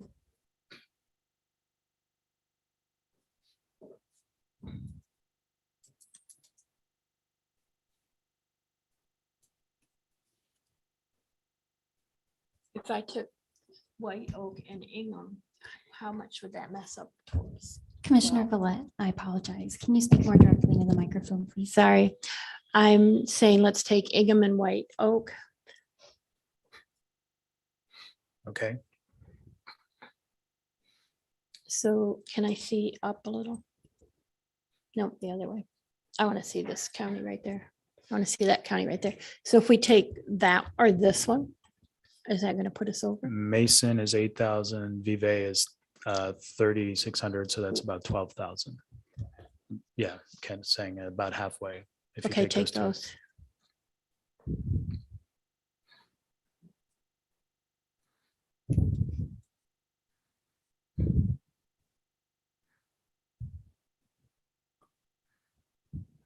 Okay, no, reverse that. No? Yeah, take them out. Didn't that put me way over? Oh, no, not at all. You're 11,000 under still. Oh, I'm still under. Okay. Right. So can I see what's north? Sure. So this is the Ingham County border here, and then this is inside Ingham, and then this So is Shiawassee. What about this section right there? So this one township here, Allidan. It's way too much. No, it's not. It's 2,900. Okay, let's take that. Okay, Thanks for doing my arithmetic. sure. And then at this point, you'll be about 8,000 under. Delhi is not 2,700, it's 27,000. So that's quite Okay. large. These two are smaller if you're looking for smaller townships. Take this, what is it? Aurelius? Aurelius Yeah. and Onondaga. Onondaga, sorry, I was close. Sometimes it's Milan, sometimes it's Milan, depending on where you are. Yeah, that's how it is in Indiana. Okay. Celine, Commissioner Witch Saline. has his hand up. Oh, yes. I was just gonna mention the little piece that's unselected and right there. That's gonna highlight a lot of Lansing if you were to add it in. Oh. We were running into So- that problem yesterday. So if we were to do that, you would select just those blocks and put it in here, or you take the township in with the Lansing district potentially. All right.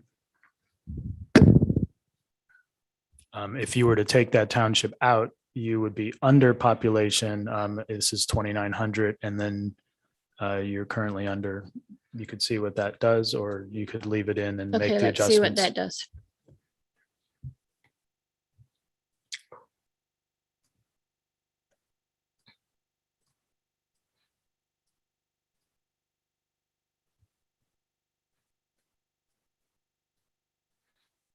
Okay, so that's towards the very lower end of the deviation.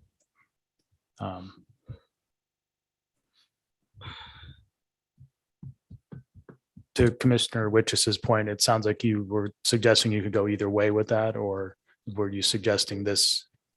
Well, it was just something that we were running into yesterday when we were working with the Senate in this Senate. particular area. Okay. So do you want to include that and resolve it later, or keep that out and then be low on the deviation, or do something different? So what do you guys think? I mean, I don't really know. Commissioner Lett. That Allen Township is Jackson National Life Insurance Company in a few houses. It really moves in to Meridian, which is Okemos. So I would suggest not putting Okay. it in there I'll because it go with really your is going to suggestion. flow up. It's only 2,900 and it logically would go with Meridian, which is at 43. Okay, so we'll leave it at that, or I know it's.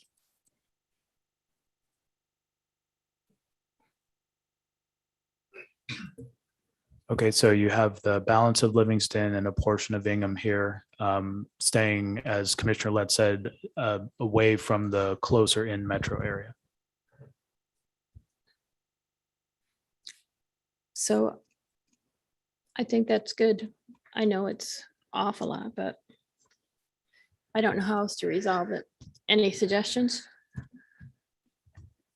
Commissioner Witches? I was just thinking of something, instead of going so far down into Ingham County with those three that are on the left there, Okay, I wonder what the top four of Shiawassee will do to make it more rectangular. But I'm just curious to see what that would do if those four were added and those other three were taken out. from Woodhull to Burns. Woodhull to Burns. So let's try that. It's just a curiosity that I'm having, and my system. And is we're all slow. taking out those two at the bottom that come over to the side. Those three. Three, okay. Okay, so this is 12,016, just under 20, maybe 19, 20. And then up here, you'd be looking at 5, 9, 11, 15. So it's close. But at this point, we were underpopulated. So you'd probably have to leave something in or take a different township. But we'll try that if I was you just looking at the numbers. I don't have those up. So that's all. I was just curious. Well, and are you saying take out this, what is it, Onondaga? I was just trying to get the totals to see what they were at the very top. My suggestion would be, instead of going so far into Ingham, try going north a little bit as opposed to going all the way into Ingham. But that's just my Okay, opinion let's and see how that suggestion. looks. You were going to be under anyway, so it's going to part of that's probably still going to be needed, or we're going to have to get creative in Shiawassee, I would say. But if I were to have to take a guess, you may end up wanting to come back and take Mason and Vivre or something like that. Right. Okay, so as you discussed, we're going to take the lower tier of townships in Shiawassee. Right, you're gonna go from Woodhull to Burns.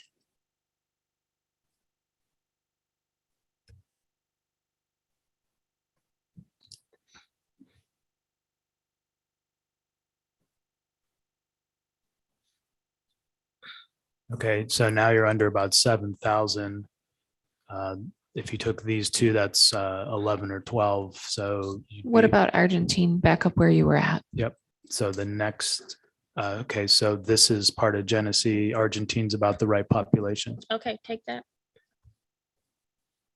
Or if you want to stay in the same county, you could do Shiawassee and. Or you could do Vernon and Durand. Yeah. Vernon and Durand, that's what I was going to suggest. Okay, yeah, let's Try not that. take Argentine. Okay.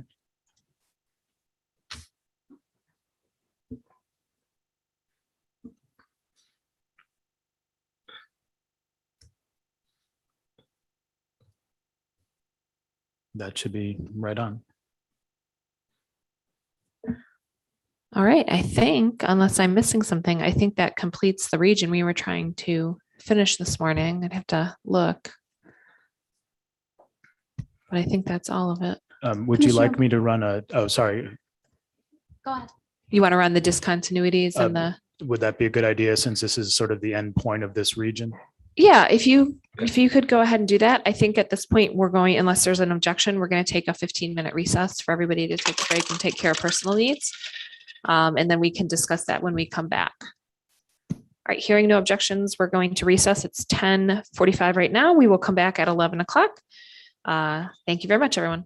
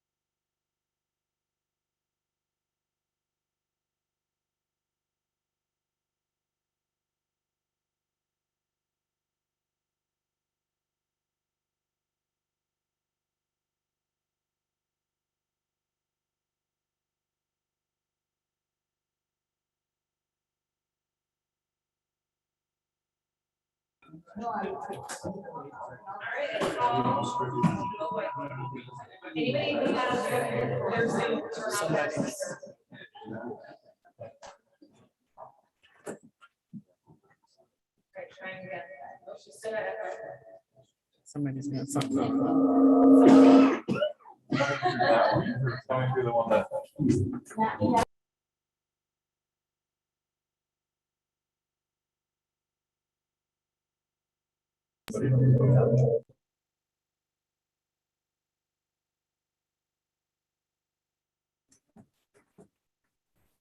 Maybe it's not.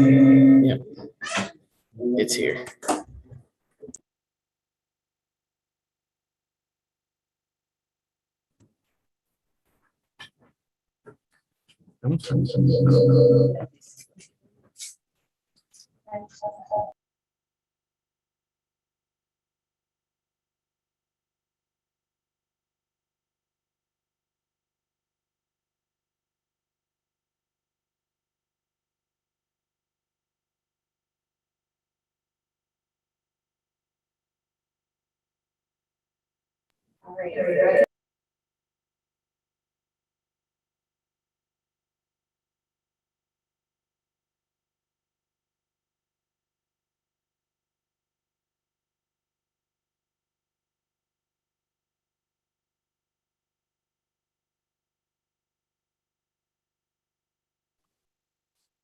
Hello, this is the interpreter.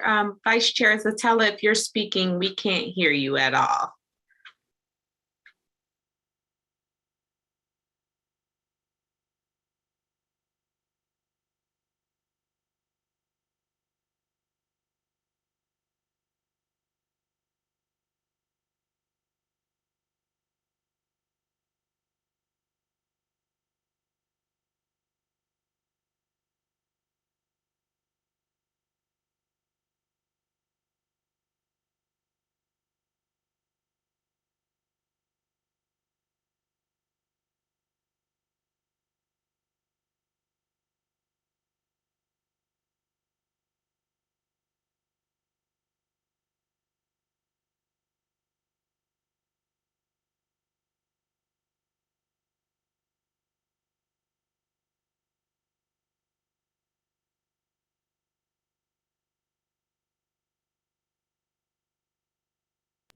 Commissioner Lang.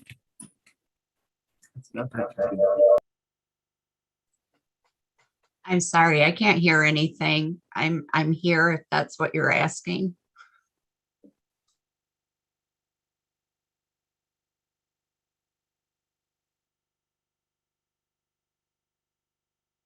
If you can hear me. Can hear you now. Could you state your location? Present attending remotely from Reed City, Michigan. Thank you. Thank you. Commissioner Lett, Present. Commissioner Orton, Present. Commissioner Rawthorn, Present. Commissioner Zatella, Present. Commissioner Velez, Present. Commissioner Wagner, Commissioner Weiss, Present. Commissioner Witches. Present. We have a quorum. Thank you. Thank you very much. All right, we are going to finish up with Mr. Morgan was going to do an analysis of discontinuities and any unassigned areas. And then at that point, we will move on to the next item in our agenda. Okay. Oh, just a moment. Share the screen in the Zoom. One moment.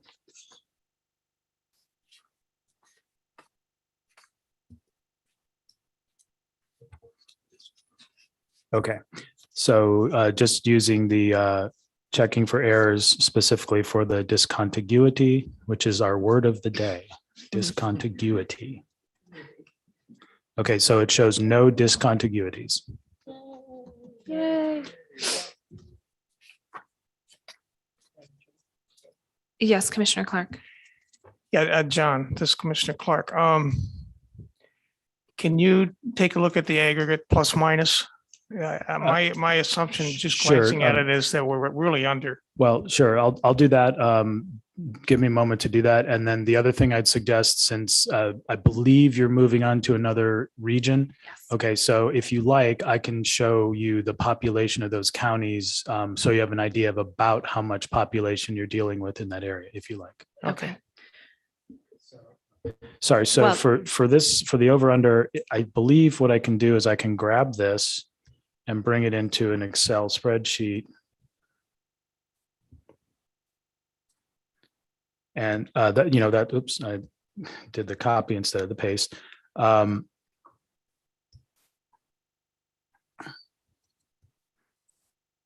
then we'll just sum this up.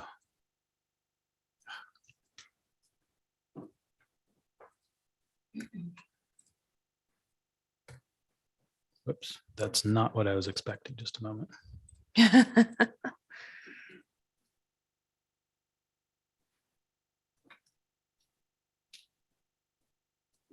Someone's battery as well. Yeah.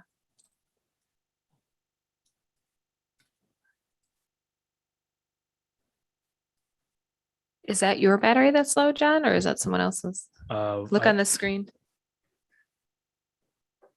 He's still working. Yeah, he's still working, so that must not be yours. No, I don't. Okay. I was expecting this to give me what I wanted, but it didn't. Just Complicated formula. no, it's okay. I can just subtract Well, you can the sum- ideal from.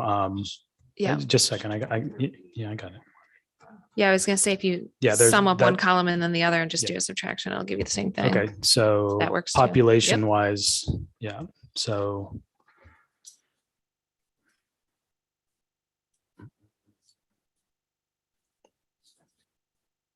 it should be the opposite of that, right?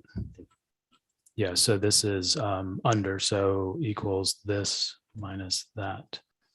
Yep, okay, so it's the flip of that, so it's 5,000, and then you want to do over 13 districts. The average deviation is 422 over those districts, which is pretty low.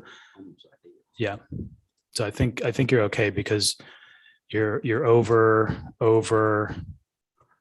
and then under. So you're under by 5,000 over a population of 1.2 million. So I think you're fine on that, but it's a good idea to check that occasionally. And now in that vein, as I said, this is just the population of the counties in the 3 counties in the South Central region, Clinton, Eaton, and Ingham. So that's 473,000, which is 5.2 almost House seats. So we just keep the figure in mind, you'll be drawing approximately 5 House seats. And just getting back to a concept we talked about earlier, where you're kind of borrowing population. So we've already borrowed some population from that region that you're about to draw in the same way that we borrowed population from Shiawassee as well. So this is probably a little more than the 20% of a district, but not much. So you're probably going to find your 5 districts could fit within those county boundaries and the region boundary if you want.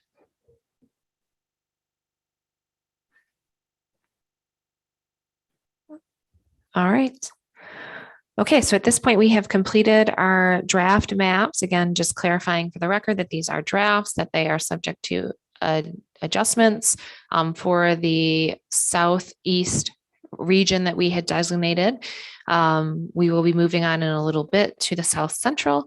But for right now, we do have another item on our agenda that I'd like to move on to first, new business item 6. So without objection, I would like to ask our general counsel to cover item 6A of the general counsel action items. Hearing no objections, please proceed. Thank you, Madam Chair.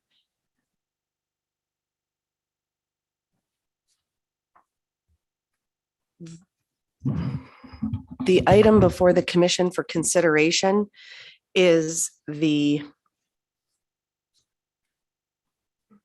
proposed resolution 2021.08.18. It would establish the total cost of local counsel for that RFP and extend the formal invitations to bid. a proposed list of potential vendors to extend the formal invitation to bid was circulated pursuant to section C5D of the revised procurement review procedures and guidelines. The recommendation and the identified vendors are: first, the vendors that replied to the VRA Council RFP with a presence in Michigan. And then there are 6 identified vendors based on internet research and their work in the government law or public sector practice, that they have public sector practice groups, excuse me. So that would be the recommendation. Again, these would just be the potential vendors that the RFP is directly sent to, the identified individuals, and listing their role within those firms. The RFP will also be pushed out through the Sigma system, the state of Michigan's procurement system. It will also be posted on the MICRC website with the option for any interested entity, any interested law firm, again, with a presence in Michigan. We're looking for Michigan local counsel specific to the state of Michigan in this RFP. They would also have the opportunity to bid. So the proposed vendor list is not restrictive in any manner. And I'm happy to answer any questions. Commissioner Clark. Julianne, could you review the purpose of the RFP? Just briefly.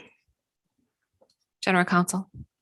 Thank you. Through the chair to Commissioner Clark, the purpose of the local counsel RFP, the commission has elected to retain out-of-state litigation counsel.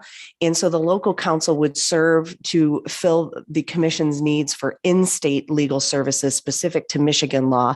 I anticipate those would be in the areas of Freedom of Information Act, Open Meeting Act, or other matters that may arise where we do not need the expertise of your redistricting litigation counsel, that it would make more efficient sense and more economical sense to use local counsel. And the local counsel would also serve on matters that they are requested to address. They could also serve as a liaison between the litigation counsel and the Michigan courts if needed. Commissioner Clark. Yeah, I want to continue the question. So if their primary purpose is to work with Baker Hostetler? No, their No. primary purpose is to work with me to achieve the legal goals of the commission. So Commissioner Clark, as an attorney, you are licensed on a state-by-state basis. Correct. So you have to have a license in the state of Michigan to work in the state of Michigan. Someone like Baker Hostetler, to the extent they don't have counsel here, would have a local counsel coordinating in Michigan. And then to the extent we have things that we don't require a expensive Washington law firm for, that a local firm can handle, it's easier and simpler and more efficient to have someone here to handle those things like responding to subpoenas. And I mean, that's kind of the purpose, is to have local counsel and out-of-state counsel, I think, is a thought And that's process. the way it normally works in the legal Right. business. Right. You don't have one law firm that represents every single thing you want to do. You have multiple for different purposes. Yeah, the way I was looking at it is that Baker Hostetler was the primary. And because I won't even continue then. You're shaking your head no. Okay. No, I would view it as that they're equal parts of your legal team that would arise as needed based on the legal issue that arises. So a challenge to the maps, to your redistricting plans, your maps, that would most likely be Baker Hostetler based on their experience and the reasons for which they were engaged. For local counsel, as Commissioner Zatella said, it could be for issuing subpoenas, assisting with discovery. Again, I anticipate Michigan specific issues to arise in the near future that would make local counsel very beneficial for the commission to have. Okay, thank you. Any additional questions?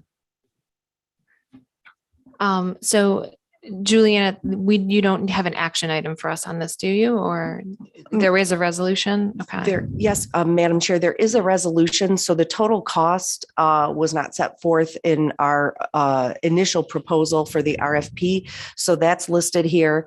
And also the commission voted to undertake the hybrid RFP process, which reminded me that I believe Commissioner Lang had her hand up when we were doing questions. Did you want me to pause? Yeah, Commissioner Lang, did you have a question?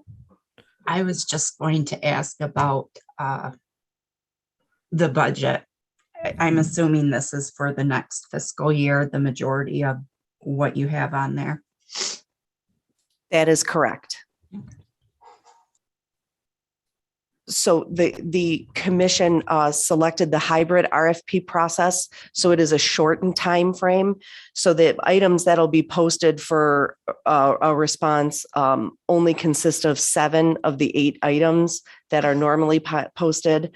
The standard contract terms, the full breadth of it will be listed. There will be the vendor worksheet, schedules A and B, and so on and so forth, but not the larger RFP responses that need the extended time frame. So, Madam Chair, that's what's before the commission. Again, the procurement guidelines for hybrid RFP indicate that the formal invitations to bid need to be approved by a majority vote of the commission. Okay. So at this point, we have a resolution for our consideration, Resolution 2021-08-18, which is to establish the total cost of local council RFP and extend formal invitation to bid. I would entertain a motion to adopt that resolution at this time. So moved. Motion made by Commissioner Rothorn, seconded by Commissioner Witches. Is there any debate or discussion on the motion? Hearing none at this time, we will vote on approving Resolution 2021-08-18, which is establish total cost of local council RFP and extend formal bid invitation. All in favor, please raise your hand and say aye. Aye. Aye. All opposed, please raise your hand and say nay. Okay, by a vote of 10-0, the ayes prevail and the resolution is adopted. Thank you very much, everybody. All right, moving forward to new business item 6B, mapping of the state house districts in the. Yes, Commissioner Clark. Yeah, our normal procedure is we always create a subcommittee to deal with these RFPs. So we're going to do the same here. Commissioner or General Counsel. Madam Chair, certainly that is standard practice for the commission to do. Certainly that can be done at this time or at a future meeting. They have until September 3rd to respond, and then we start the evaluation process. And the staff evaluation, again, is forwarded to the entire commission. So it would be at the discretion of the commission whether to create the committee now or at a future meeting. Commissioner Lett. We have a commission subcommittee set up already doing that did Baker Hostetler that was not disbanded pending their signing of a contract. I would suggest, in fact, move that we continue with that committee for this purpose. I'll second that. Okay, motion made by Commissioner Lett, seconded by Commissioner Witches to assign this task of evaluating these RFPs to the same subcommittee that handled our outside counsel RFP. Any debate or discussion on that motion? All right, and General Counsel, can you just confirm who was on that subcommittee again? I believe it was Commissioner Lett, Commissioner Clark, Commissioner Curry, and wasn't there one more? Commissioner Witches was the 4th member, Commissioner Madam Chair. Witches. Okay. All right, seeing no debate or discussion on the motion, let's go ahead and vote on it. All in favor, please raise your hand and say aye. Aye. Aye. All opposed, please raise your hand and say nay. Okay, by a vote of 9-1, the ayes prevail and that subcommittee will handle the processing of this RFP. All right, moving on. New business item 6B, mapping of the state house districts in the South Central region. For the benefit of the public watching, this region includes Ingham, Clinton, and Eaton counties. The regions in which the commission will be working at this time provide a starting point so that we aren't mapping the entire state at one time. The regions are not districts, so district lines will be drawn across the region line as the commission meets the criteria listed in the Michigan Constitution, starting with equal population. So Commissioner Villette, I believe we left off with you, which means we would be moving on to Commissioner Weiss to start with our new region. Before we move on, apologies. Commissioner Villette, are you able to provide any additional explanation about why your district went where it went? Just continuing with trying to keep the population in order and to keep them contiguous. That was all I did. And the fellow commissioners who knew the area better helped.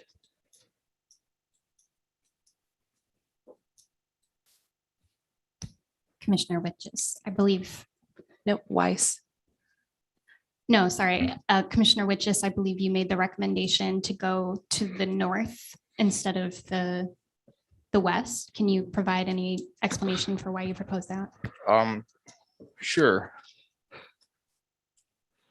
Let's see, I got to think about that for a second. So Livingston County, they do tend to align with some of Ingham County beliefs.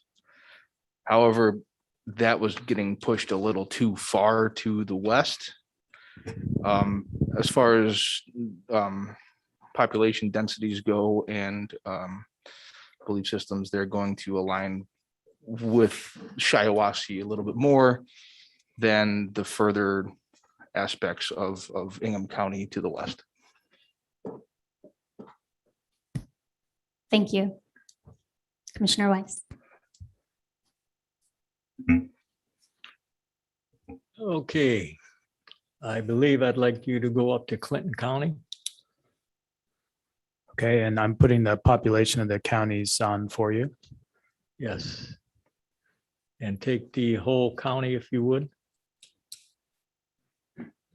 All right, so and just to be clear, I did not create a new plan for this region. We're continuing with the existing plan. Is that what you like? Yes, that would work. Okay.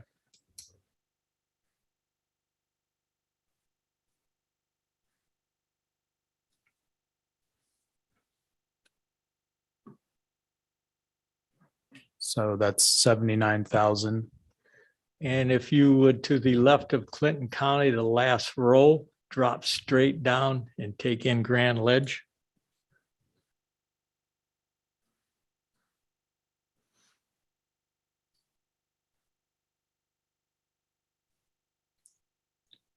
Okay, which county? Go down. Down, okay. Down. Grand farther. Ledge, okay, there you go. I Yeah, see. right Okay. there. Yeah, Grand Ledge. And yeah, the whole county for township. All right, so the city of Grand Ledge, and then Yes, you want and the rest Oneida? of it.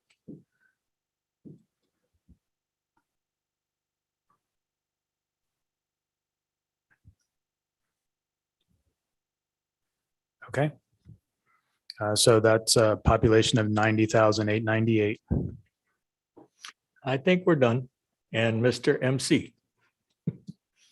I was just, Richard, I was just going to offer that the airport, taking the airport out and those two portions of East Lansing, it helps keep it more rural and less urban, which I think that's maybe the heart of what you're trying to get at when you have that Clinton County and stick with in Grand Ledge. And so I just wanted to offer that Lansing where there's 4 up in the top there, and then the East Lansing where there's 2,477. That's a student housing, more or less student housing area.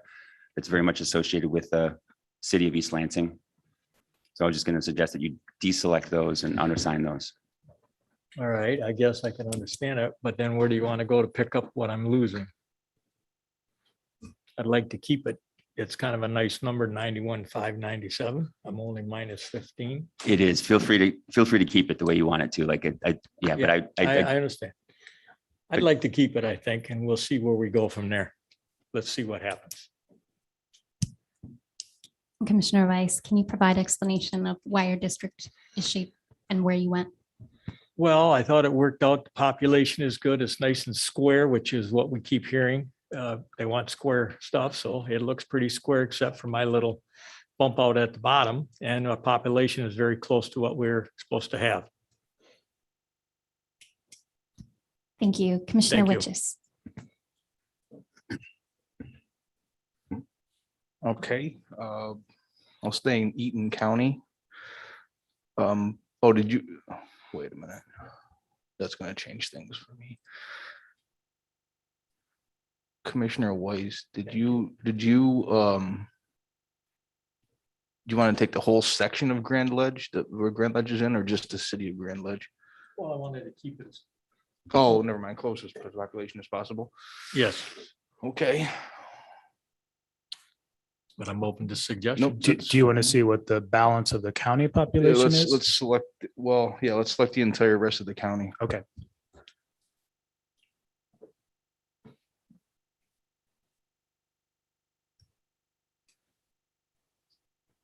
Eaton County.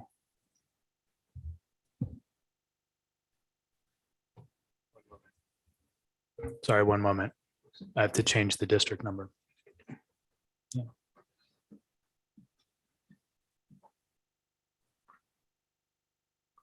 So 109 minus how much? I think it's less than 12. Okay. So this creating a new district and taking the balance of the county population just to see what it is. Commissioner Orton. So Dustin, if you're going from that direction, we're painted in, like we have a donut hole in the middle. That's a concern because we'll have nowhere to go.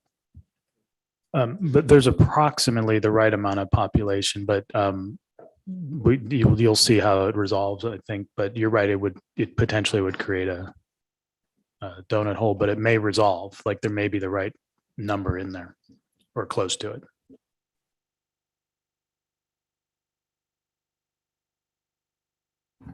I'm just looking at something here. Okay. Sorry, one moment, I'll get the balance in.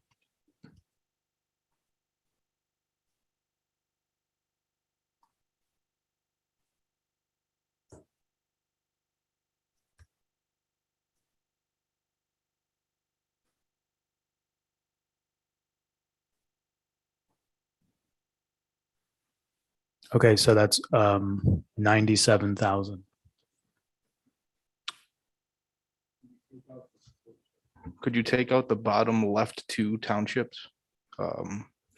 Eaton Rapids? Bellevue and Bellevue. Calamo. Okay.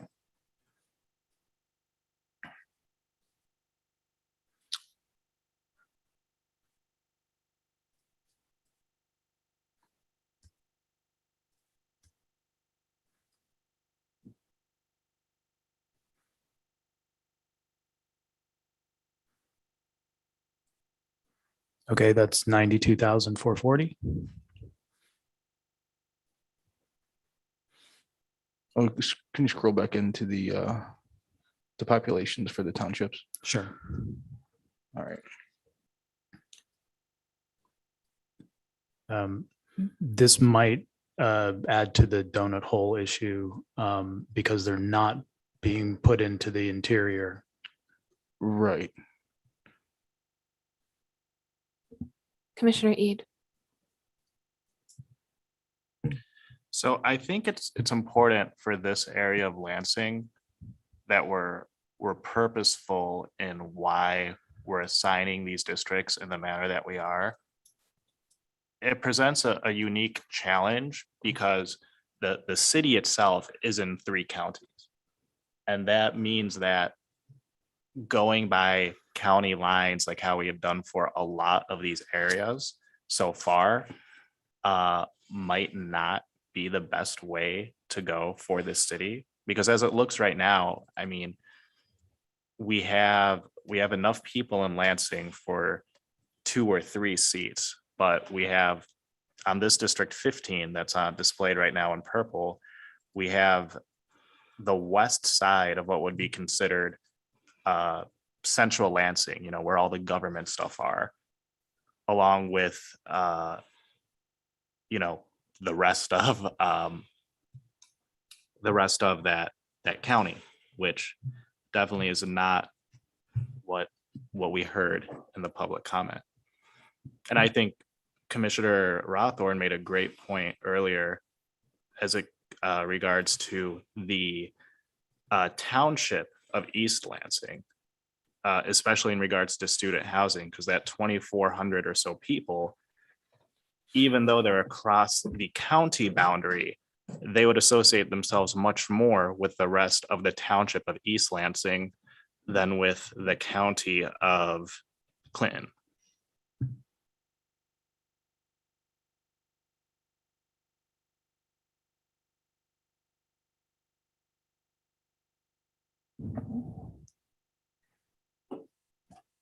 Anyone more familiar in the area want to critique this? Because one thing that I do also remember is that Delhi Township can basically considered itself part of Lansing.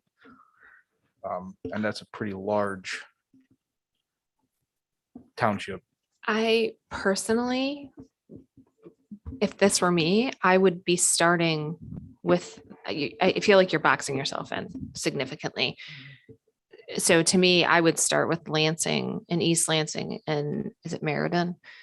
And frankly, I agree about pulling East Lansing together. I'd just pull from the other side of those more rural areas to make up your population if you need to, and then start down there. And then we can figure out where these other counties around go. Cause I just think you're really, by trying to do what you're doing, you're going to box in that area of Lansing, which may or may not have enough population. And then we're either going to have to add it to other districts surrounding or figure out what to do with that population, or maybe steal.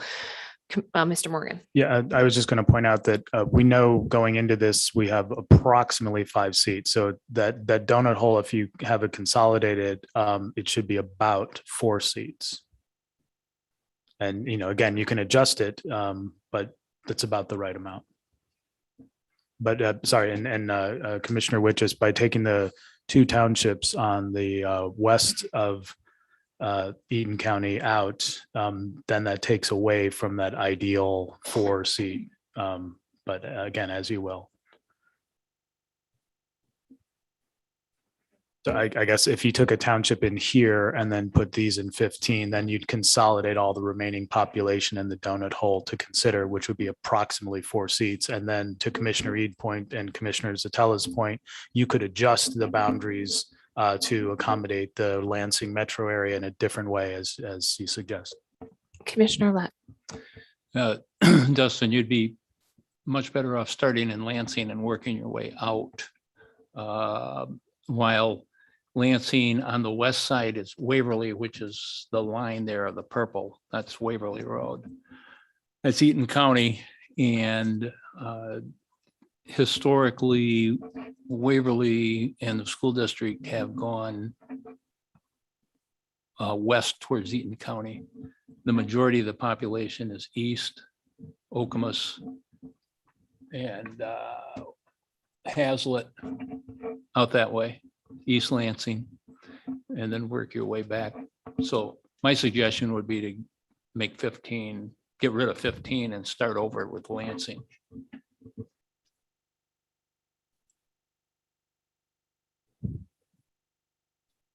Mr. Morgan. Sometimes in a situation like this, what you may consider doing is creating a pair of districts. So again, to Commissioner Ead's point, if you're going to take areas into the Lansing metro area, you're going to end up with some sort of rural leftover district that's not Lansing. So you could start another district and pair those 2 districts and trade the population back and forth based on your urban rural balance that you were discussing.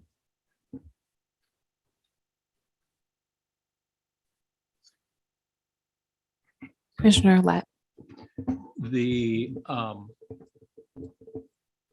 right-hand top square township, which is Delta. This is Delta. Oh, yeah, you're right. Delta Township. Delta, yeah.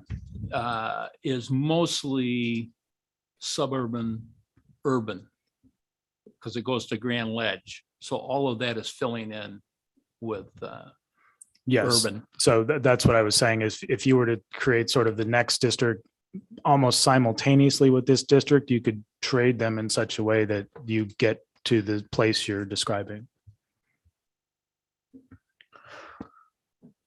Okay, well, let's get rid of what's in 15 now and just keep Delta. Okay.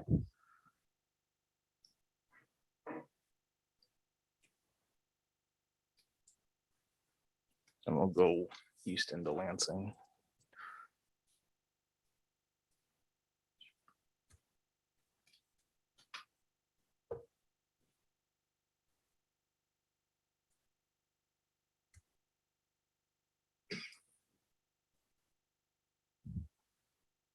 Okay, so that's your 30,000. And then did you also want the Lansing Township in Eaton?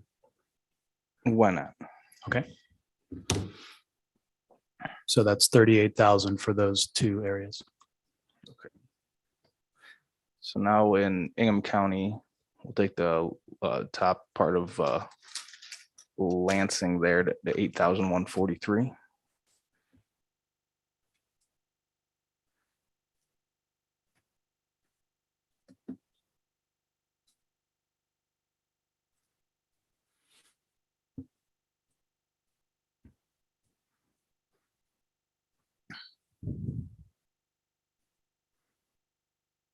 And again, that's the full township of Lansing with the discontiguities. Okay, let's take the discontiguities out.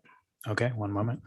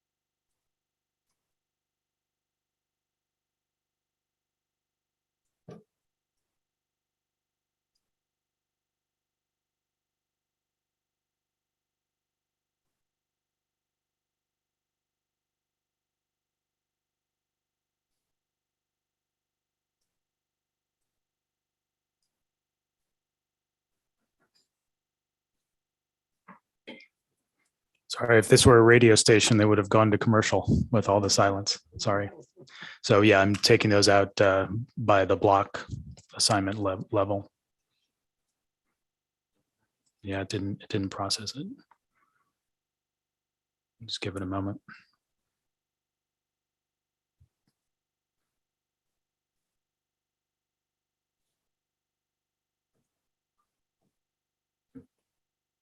Well, we can keep that one in because I have a feeling we're going to get. You're gonna connect to it. Okay, that's fine. So I'll change to the voting precinct layer because that seems appropriate for this point. Yes. Yep. Okay.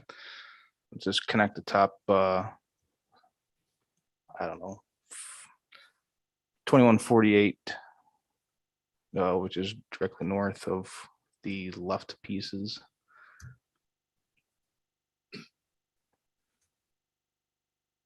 Yep.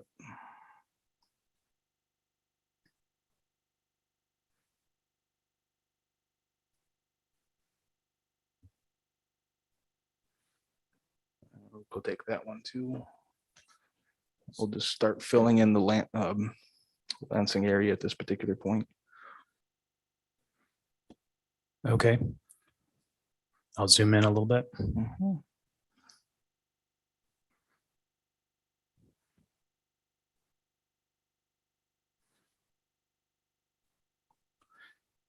Let's see, 2910. 2 south of that. I believe this is the state capital.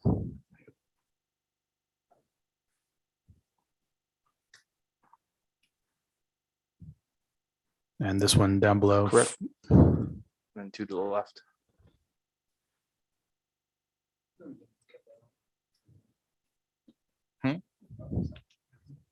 We were just discussing that you just selected my house where I Oh. live.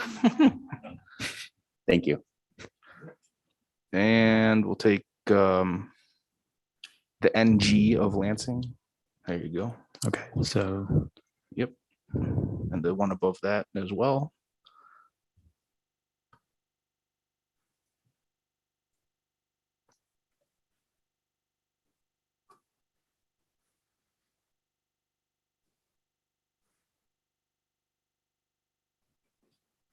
okay,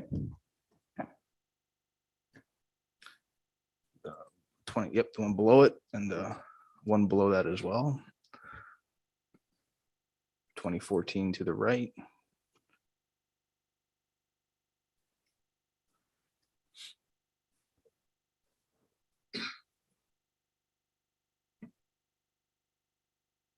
Dustin, may I offer a suggestion? Please do. So since we're sort of starting on the west side of Lansing, the river tends to be I don't think it's an official sort of east-west divide, but it's useful. So the further you go into east, there's a great sort of let's say rationale for sort of an east side of Lansing and a west side of Lansing, and then a south side. Sort of almost 3 districts. I think we could even go north, but I guess what I want to caution you is just as you go further east, you might want to head further west and just sort of look at the river in general. so this is the river right here, is that right? I believe. Yes, the Grand River. Okay, yeah, I was on the bike path there last week. No, I had a nice bike ride.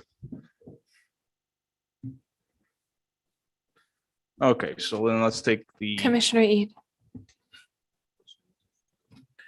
I just want to say, I think Commissioner Rothorn just made a great point about the east versus central Lansing and the eastern side of Delta County. That's to the right of, I believe it's I-96. I'd also like to direct my colleagues to one of the submissions on the public comment portal. It's ID number C1739. It's not a district map. It doesn't include any population or anything like that. What it does include are a lot of different communities of interest. And if you open it in Districtor, they have identifiers for what those are.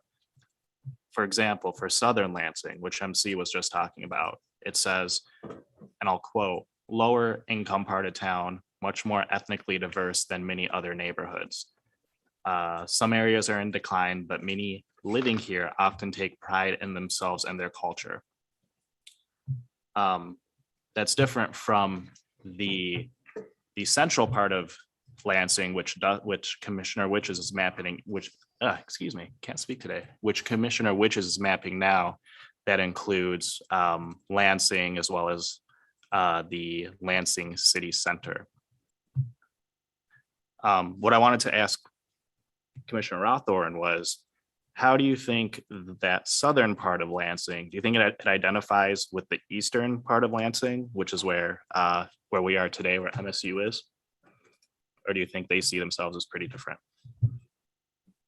I think there are many, let's say, professionals who live in the south and also like work in the capital or work on the east side. So I think I don't know that there's an identity. I can't speak to that, but I do think it's worth asking. And if we get public comment, please share. But yeah, that's what I got.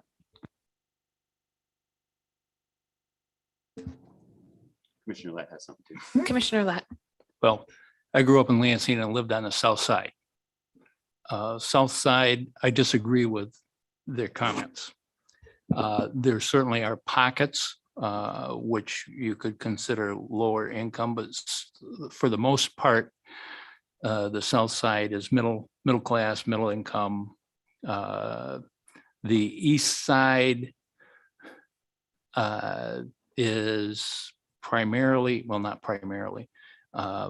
You're moving into East Lansing. It's always kind of been considered the north and northeast is where the Spanish, Mexican Americans kind of congregated up there, but not totally. Again, middle income people, all spread throughout there.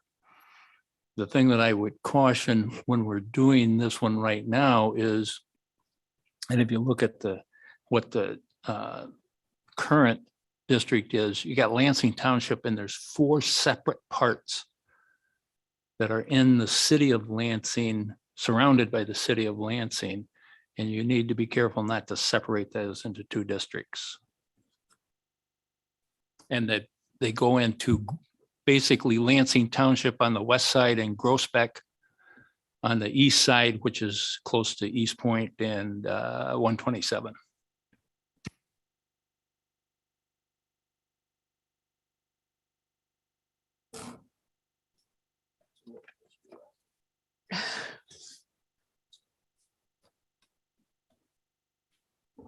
So where would you suggest I go? Because I don't really know too much about the area at all. Pull it up where it can see if that'll show Lansing. See if it'll show the townships, Lansing Township. So the blue lines are the townships. I'm going to make them a little a starker contrast so you can see them a little better. It's on the bottom left there. Okay. Okay, sorry, can't do that. Okay, so they're default layers, so we can't adjust them as is. I think that the township area were the areas that we removed when we selected the whole township. So they were the discontiguous areas. Okay,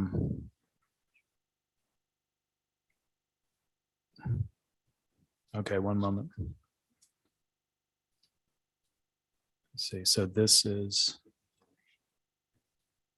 Okay, so that is.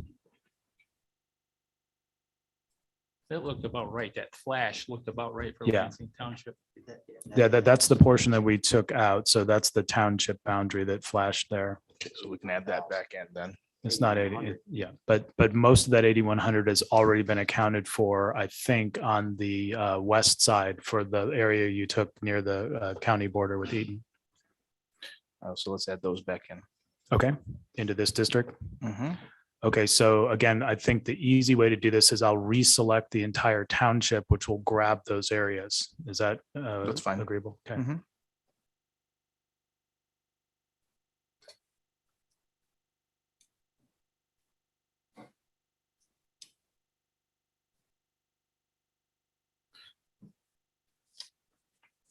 Okay, and so as drawn at the moment, it's 83,000 people. So that little section now that was carved out. Yeah, right there. If we add that in now. Okay, again, I'll select it by voting precinct. It will probably, take in areas that might not be apparent from the map. But let's take a look. There you go. That was what you were expecting? Yep. Okay, and also to the south, you want it? Correct. So you're about 4,000 off, I think. Okay. Now, is there anything to the south that we could add in? Here's the river boundary. This is where the river forks, I think. Or what? Let's add that.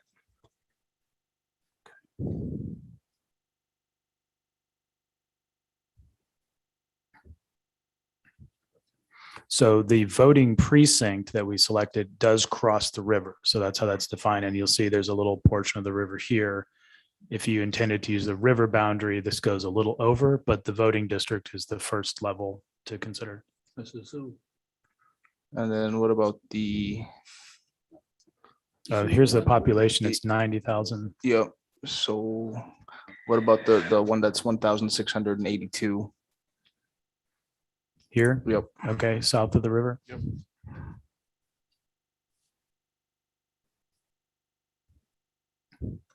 Okay.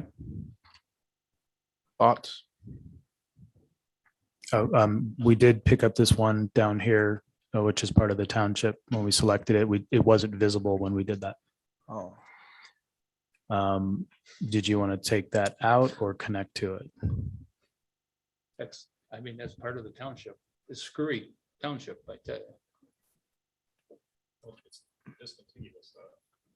Correct. I mean, But the way it's not that gonna show the way the that it's the way that it's set up right now in its current house district, that district comes down to pick up that part of Lansing Township and goes up. So would you suggest taking part of Eaton Township out on the west side to connect to Lansing Township? I guess where would you suggest, raining from the area, where would you suggest that we take populations from? I would take it from the west side, because then I would put more of that back into Eaton County. Right. And go east to keep more of Lansing together. And again, supporting that idea, you're kind of pairing those districts a little bit. It's a one step ahead, but that may be what you end up doing. Okay, so let's do that. Let's take some of the west side of Eaton out. Okay, but first you want to connect these to it okay. first. All right, so we'll do that first. So the 2703. You could also start doing 16 up there, because you're alienating that east side of Lansing. Just start 16 in there, because you're gonna have to fit them together in there somehow. Okay, so do you want this larger Yeah. one? Mhm. Okay. All right, so that'll take you to about 99, I think. And now we got another piece that got added in. Yeah.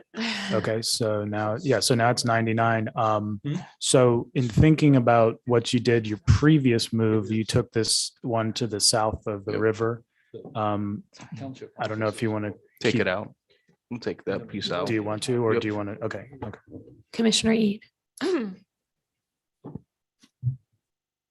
And then there's another Yep. one that was added. Interesting. Well, I think the problem with doing that is you're boxing yourself in with East Lansing. Like if you wanted to then like pair a district with East Lansing and the rest of Southern Lansing together, you can't do that now because you crossed off that trail that would be there if it wasn't there otherwise. What's in that? Does anyone know what's in that discontinuous box? I'm pretty sure there's a development that's the Board of Water and Light. I think I'm looking to try to make sure I'm saying this accurately. Patrick. Yeah, it's a development with I think the Board of Water and Light, the city of Lansing has a municipal utility, and that is they provided the water for that development. There's approximately 600 plus people in that area. Yeah, Ken was tallying the block population in this You got area. the block numbers there. You just run them up a little bit. And 1030 I was speaking on the previous discontinuous district that This one that here. Yeah. For what it's worth, Commissioner Eid, I think East Lansing and Meridian, that east side is a sort of a unit that doesn't have to be paired with the south of Lansing. I mean, in order to sort of create The population is about right, is what you're saying, you think?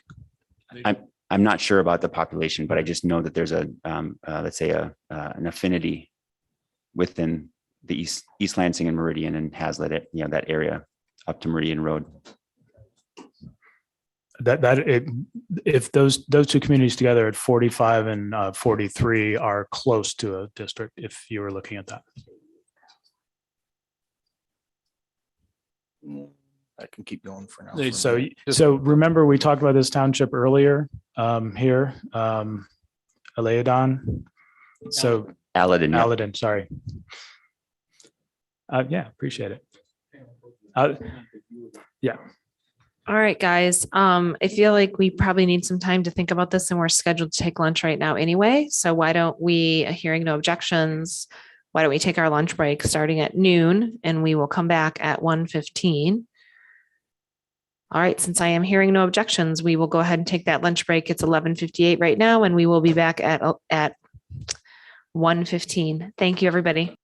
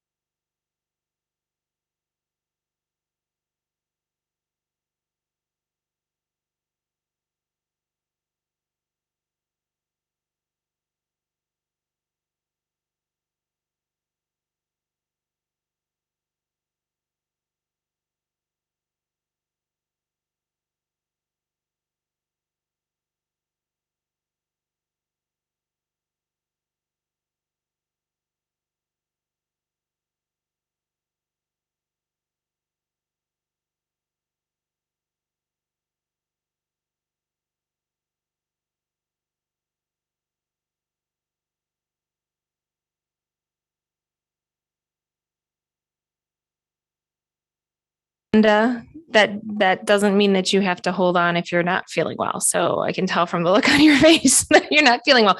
We have one person who's out of the room right now, and when that person comes back in, it will be okay if you have to leave. So I don't want you to feel like you have to sit there if you're not feeling well.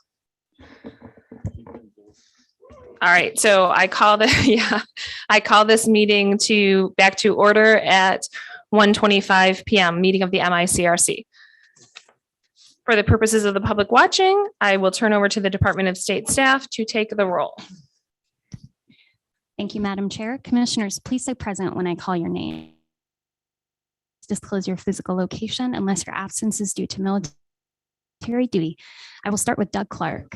Present. Juanita Curry. Anthony Eid. Present. Brittany Kellum. Rhonda Lang. Present, attending remotely from Reed City, Michigan. Steve Lett. Present. Cynthia Orton. Present. MC Rothorn. Present. Rebecca Satella. Present. Janice Follett.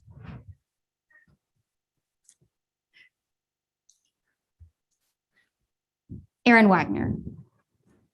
Richard Weiss. Present. Dustin Witches. Present. And I will return in just one moment to Janice Follett. Present. Thank you. 10 commissioners are present and there is a quorum. All right, we are going to pick up where we left off, which is continuing with the new business that we were working on to create draft state Senate maps for the South Central region, which is composed of Ingham, Eaton, and Clinton counties. Again, for the public watching, these regions are not districts, but are instead starter geographical regions for drafting, which will not be bound by the regional areas. So we left off with Janice, correct? Right. Okay. You finished, yep. So, oh, no, actually, we were with Dustin. That's right. We were with Dustin working in the Lansing area. So we will turn this back over to Dustin again. Exciting. All right, so I guess we can bring up the map again. And this is a continuation of the same map we were working on earlier, just for the record. Okay. So you zoom in quite a little bit for me, please. I was thinking about natural boundary, and I'm thinking the Grand River might be a natural one to follow.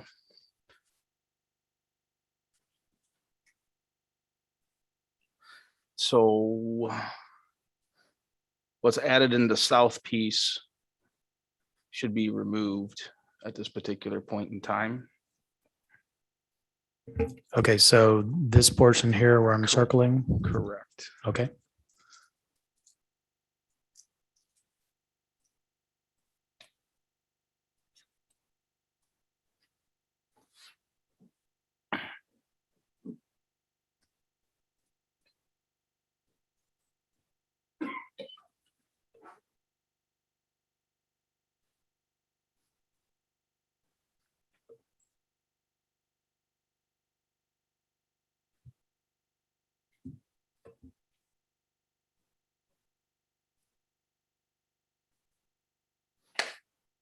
Okay.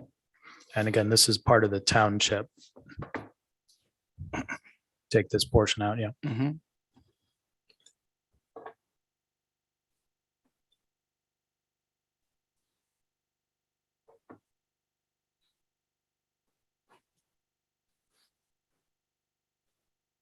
Okay, and that took the township portion out, if that's, or sorry, it took this portion out here. Okay, we should add those back on a block level. Okay.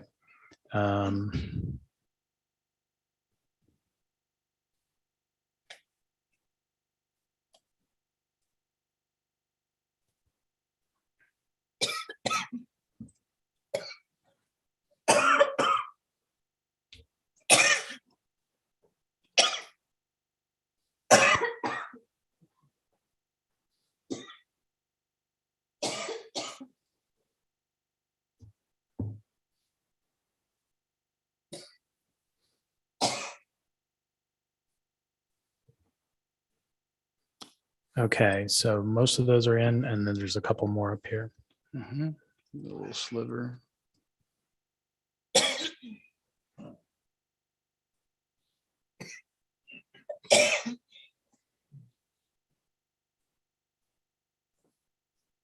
All right, what are we at?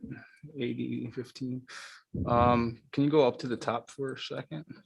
That big piece that's at the very north, over to the right a little bit, that, what's the population of that? Okay, let me bring up the voting districts. 3,500. There we go, it's at that. And then this would allow for 2 other districts to be drawn in Lansing, I would imagine. One doing East Lansing and Okemos and south, and then one taking Delhi south, I would imagine. So I think that should be good for me at this particular point in time.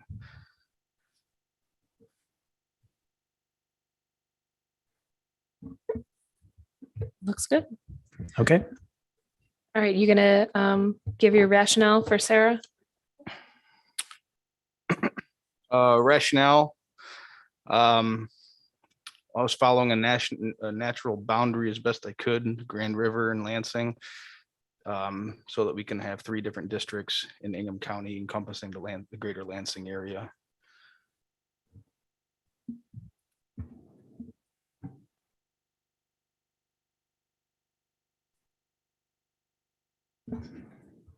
All right, at this point, I think we will move back to the beginning of our rotation, which is Commissioner Clark. Thank you, Madam Chair. Yeah, I'd like to take the rest of Ingham County, starting from the northern part next to East Lansing, and then move south. Okay, one moment, please. Sure. Do we have enough population left for 1 or 2 districts, John? Let's see, 1, 2, I think you're gonna have enough for 3. Okay. Approximately. Okay. Let's see. I'm just adding the regions in for reference.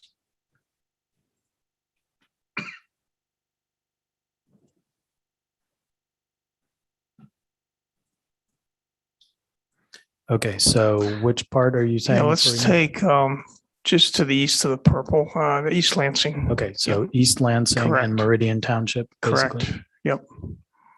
Okay, I'll just select the next numerical district, 16. Mhm. All right.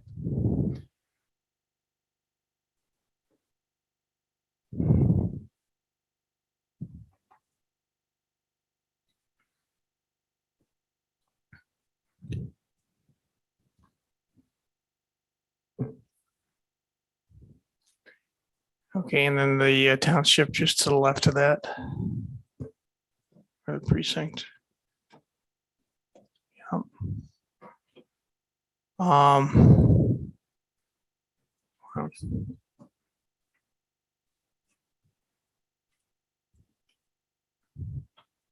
Commissioner Clark, may I make a suggestion? Yes.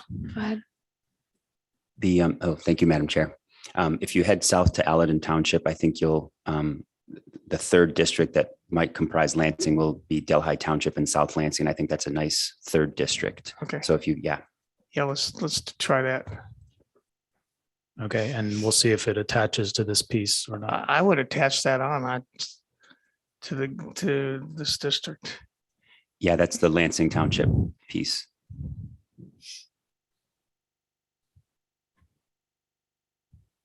Yeah, I'd attach all those. Commissioner Witches. Commissioner Clark, I just noted something. If the District 16 butts up against District 15, there's that one tiny little white piece right there.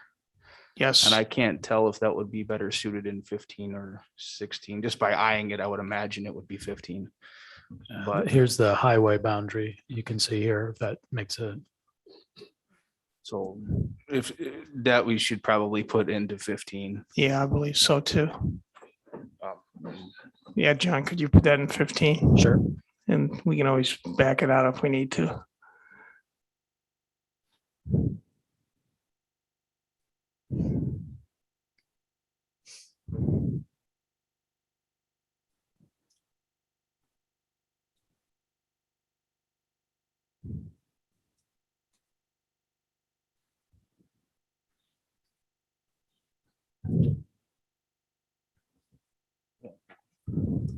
Go ahead, Commissioner Witches. The second one that I just noticed is what appears to be the Grand River over to the left, or the green lines.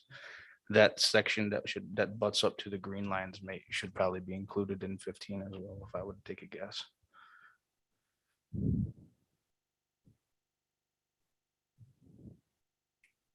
Yeah.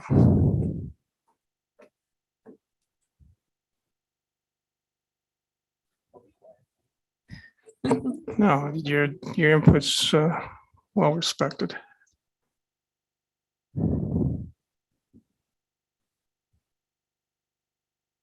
Okay, so in the stack, do I have one more in there?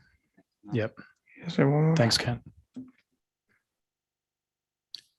Okay, and then I'll go out and get the, Yeah, go south on the green. And yeah, we'll skip I'll that. come back to the Grand River question in a moment. Okay. You intended to get these islands? here? Yes, let's do those. We have to make that contiguous.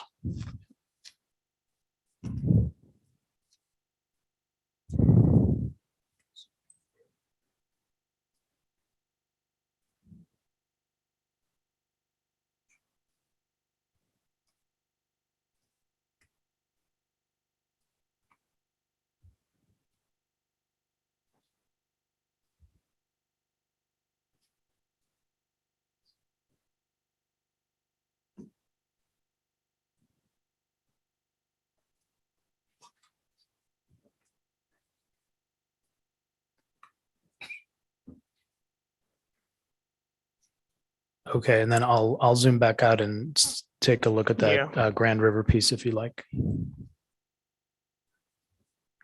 Yeah, where are we on population at this point?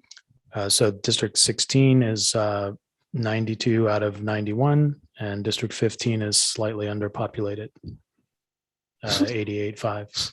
So 16, we've already exceeded our target. Correct.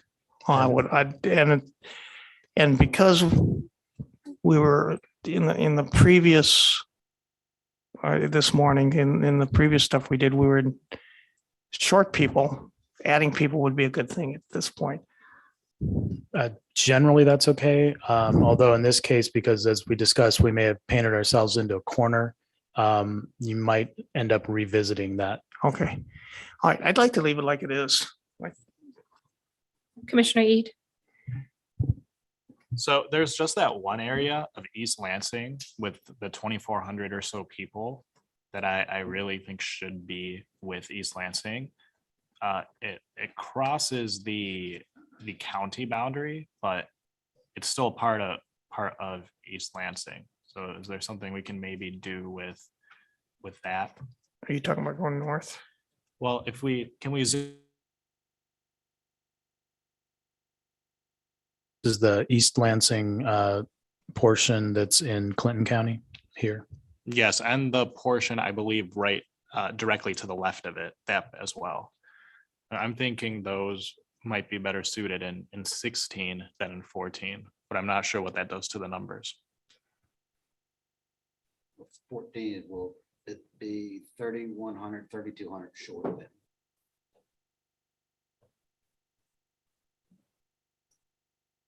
And if we zoom out on 14, is there any room to, oh no, it's square. There's not much room to add anything. Oh, what do y'all think? What do you think of that area up there? I think it belongs. Would you leave it? I mean, the only alternative I would see is to go west with the green area and then move that in the East Lansing, but I'm going to defer to Steve and MC since they live in this area.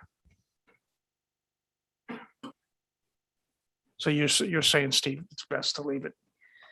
MC says a lot of that is commercial up there. There's a lot of student housing and there's not like it's a big deal. Let's leave it like it is, John. Yeah, and I was going to say too, keep in mind, this is not like final by any stretch of the imagination. So if we want to move it around later and we might need to, then we can do that. So. Okay. Also, I just changed the color of 16 so you can see the contrast between 14 and 16. All right, so Doug, are you satisfied with this, what you've drawn? Yeah, I'm good. Okay, so let's move on to the next Well, let person. me make a comment for Sarah. What I did, Sarah, was took the high population area in East Lansing, which I needed to do because it would have gotten us in a corner, and then I moved south to satisfy the population requirement.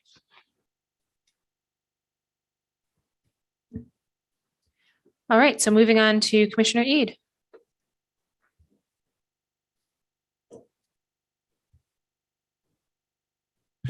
Let's zoom out a little bit so we can see what we have left in this area. Is what's left enough for one district? Or what do we Okay, have well, as far as population? yeah, I mean, I can test that for you, but by taking Delta out from the previous one we were looking at, let's see, so Eaton was 109 with Delta out is about 79, and then this out here is I think it's probably about 70. So I don't know though, because this is fairly populous here. Okay. Well, I gotta say, originally, what I was thinking for this area was actually starting with the East Lansing area and then building west from there. I was thinking about combining East Lansing with Southern Lansing, but then having a District 15 that looked pretty similar to that. So that's just something to keep in mind. It might be a different way to think about doing it, but I'll defer to my colleagues that are from the area on that. For this next district, so let's call it 17, and let's start directly under 15.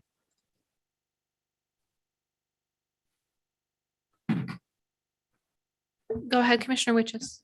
MC, I just have a question. With Mason being the county seat of Ingham County, would it make more sense to put them in with Lansing or East Lansing? If you had to take a guess. I don't have a mic. Oh, sorry. I don't honestly, I mean, that's a good question. I think we should take public comment. I don't know that there's one that makes more sense than the other, frankly, but yeah, it's a seat of government. So I would tend to say with the Lansing area, because that's a seat of government as well. But again, it's not contiguous at this point. Okay, so along the border here, Commissioner Eid? It would make more sense to put it with Lansing than East Lansing.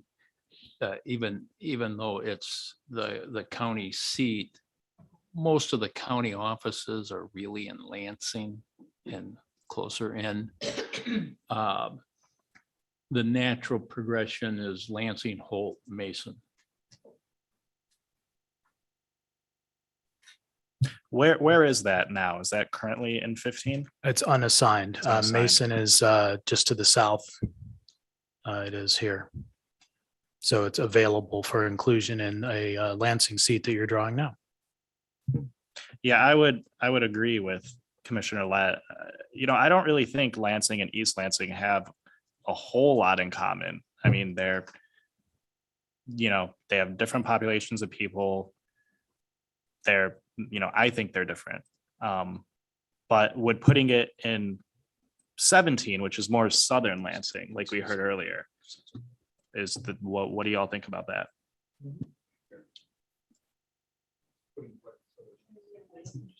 The Mason. Okay, yeah, let's do that as you're doing right now. Okay, so I just need to go to the block level because I think these are voting precincts where a portion of it's in the other district, and which I did lock before we did these changes.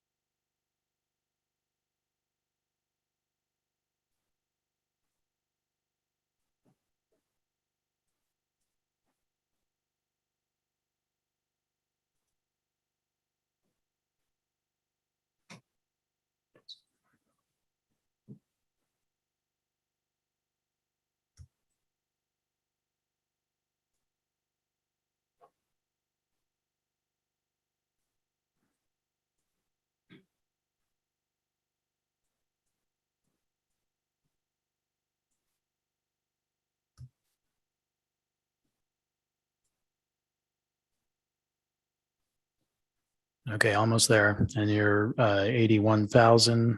And I assume we'll go south after we finish this.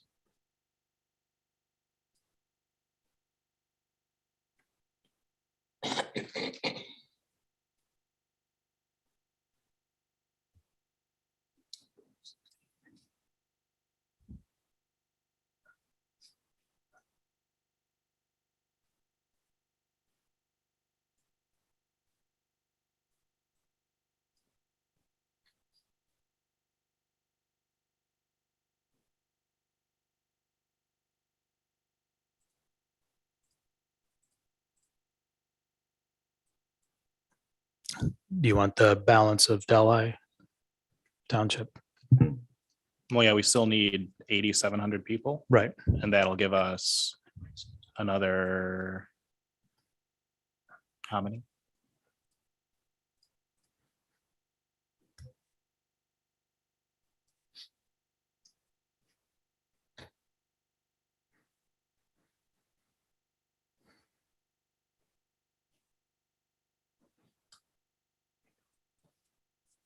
Okay. 0.91% low. 829. Yeah, it looks pretty good. This leaves us with a Lance, it's like a Lansing that's split up into 3 areas, but considering we had to do it like that because of the population, I think it looks pretty good to me. Commissioner Witches. Now just, since I was doing 15 now, and since 15 is now 3,000 short, would this be beneficial to move directly south in East Eaton County then at this particular point? Or should you try and merge them together in some weird shape to get the 3,000 to be closer to 0 in difference, MC? So I was wrestling with that question myself, Dustin, and I don't have a good choice. I don't have a good answer, but I do think that picking up the East Lansing population above and Clinton, taking it out of Clinton County was where I went, but I don't think that that's a good choice here. I don't have a good choice or a good answer. Sorry.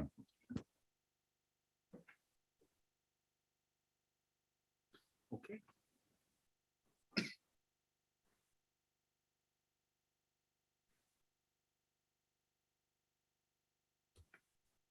All right. So Anthony, you're done with your district?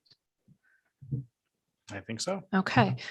So Dustin, your district is now under, is that right? By how much? 3,000? It's within, it's 3% is pretty high though, isn't it? yeah, it's the highest out of everything that we've done. So I don't know how we should go about doing it, whether it's go south or try to morph what we have to get that to be closer to 0. Let's look into the western suburbs in Delta Township in the Eaton County side. So it's west of Lansing, but the southwest.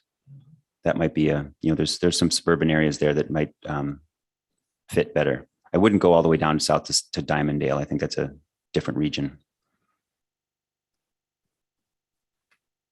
But maybe that precinct just left west of Packard. Yeah. Okay. You want that precinct into 15?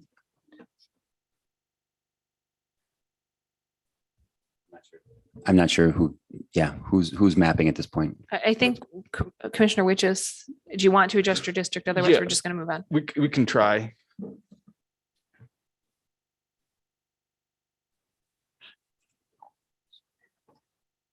Before we move back, Commissioner Eid, can I have you provide any additional explanation about what's currently numbered 17?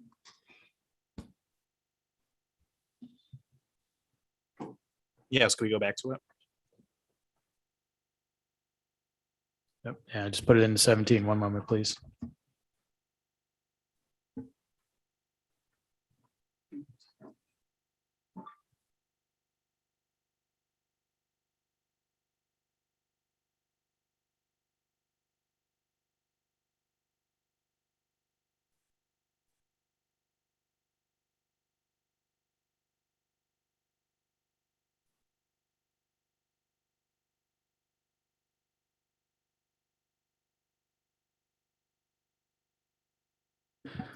Okay, that's better. So I'll keep 15 as it is then. And then for you, Sarah, just grabbing additional population to get it closer to the ideal population for District 15. Well, that's closer, but how would that, because we're gonna have to draw one more district that has the rest of that county in it, is making it that much more close worth putting just a small portion of that district with number 15? Go ahead, Commissioner Witches. Well, keep in mind that we can pull from other areas too. So I mean, we're not bound by those lines. So if we Yeah. need to move out of it to grab population, we can. And either way we slice it, we're trying to work in with Lansing here and then find population. If there's not enough, we're gonna have to go outside of it. It's just that it's what we're gonna have to do. Depending on how off we are, I would imagine. Yeah, I mean, I think closer is better than farther apart because, I mean, these districts aren't going to be all nice little compact little boxes, unfortunately, because we just have to meet the population requirements. So, all right, any other comments about question or about districts 15 and 17? And I think we have 16 in there too. Are we ready to move on to another commissioner? All right, Commissioner Lang, did you want to pass again or do you want to try to draw a district? Pass, okay. And Madam Chair. apologies for the Yes. interruption. Commissioner Ede, could you provide any additional explanation about why you drew in the areas you did for number 17? Well, we had Central Lansing and Eastern Lansing already made into districts. So Southern Lansing is what was left, and it made a district. All right, so I believe we are with Commissioner Lett at this point for District 18.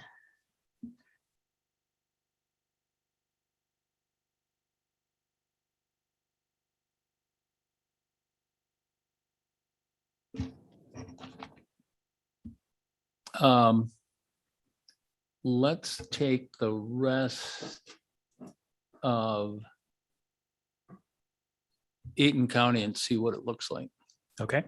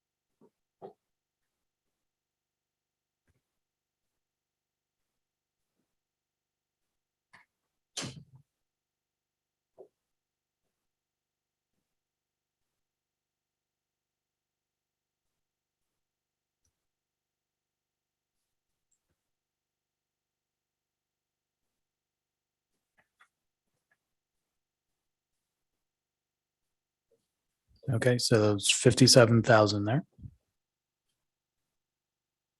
Keep going. into Ingham County. Mhm. Okay.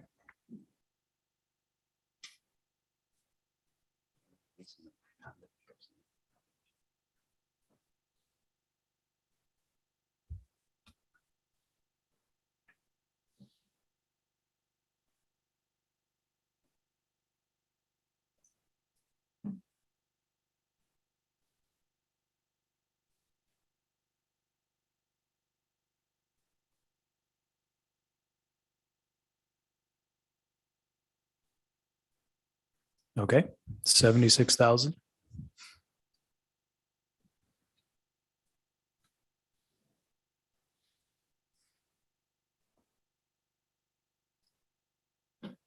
So short by about 15,000.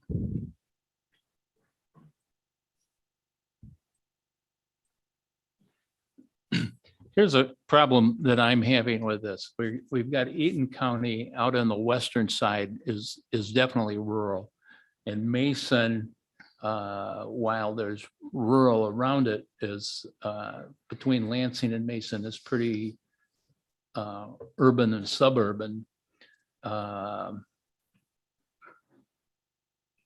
So for a house district, it, to me, doesn't make a lot of sense. Is that, are there two districts there? Can we change the color on that Sure. one? Yeah, Okay, I was no, gonna no say. problem. Yeah, the two districts, 13, 18, I'll change the color of one of them.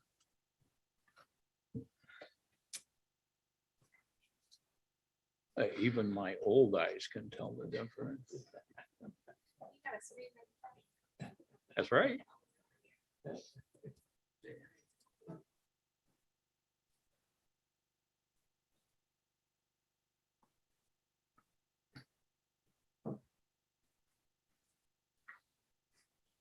And we're still short.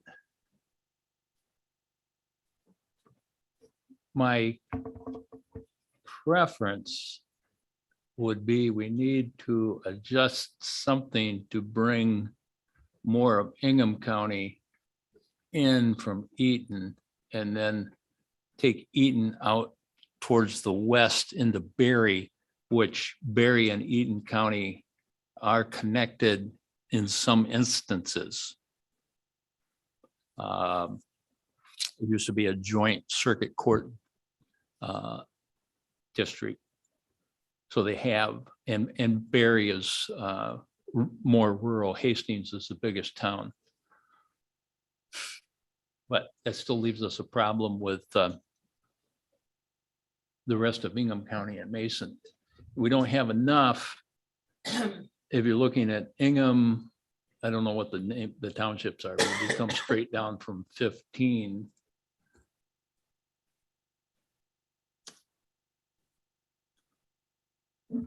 Well, can't you pull some off of 13 and shift the easternmost into 13 and then take off that top row that's going into the other county? Do you see what I'm saying? Is that what you mean? I mean, would that solve the problem? Yes. So take off where Mr. Morgan is currently has his cursor, take that off of 13, steal some of the yellow counties in 18, and then stretch 18 out to the west a little more. Would that kind of I accomplish? think so. Okay. What Dustin's got his hand. Dustin, go ahead. That's how it was drawn before when I stated that Livingston County is going to align more with the top portion of Shiawassee County than moving over into Ingham to the far right. Yes, it would potentially be a solution, but you're bringing Livingston County way too far west at that particular point.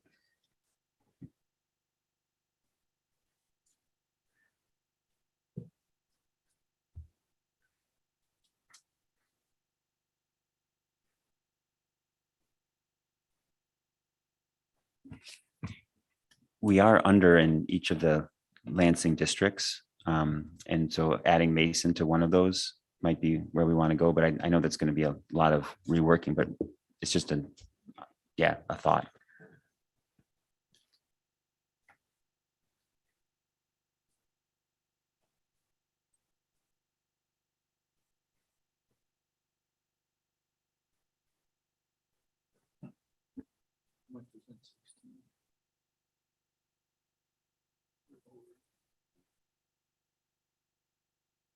Can we split Mason between 16 and 12?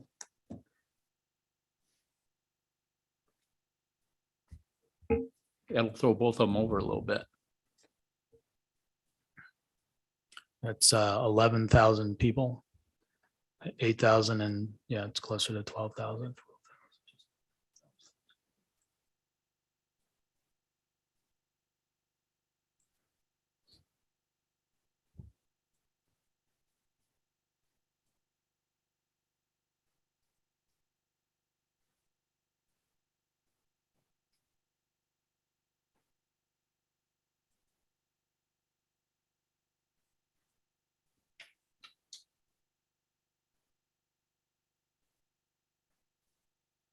Oh, you're waiting for me? Oh, yeah. And so you want me to I want take, you to put Mason and I think it's Vive or Eladin Vive into 12. okay.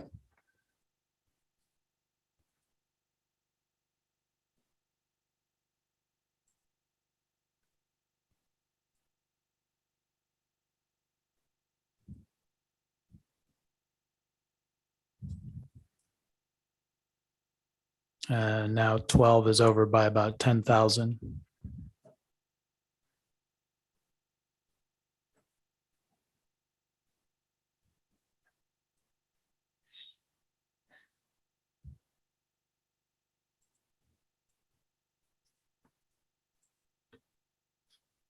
What do we take Leslie out of there? uh,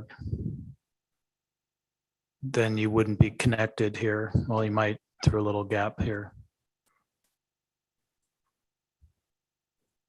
Right. We don't want to do that. We don't want to do that. Pull it back out. This, yeah.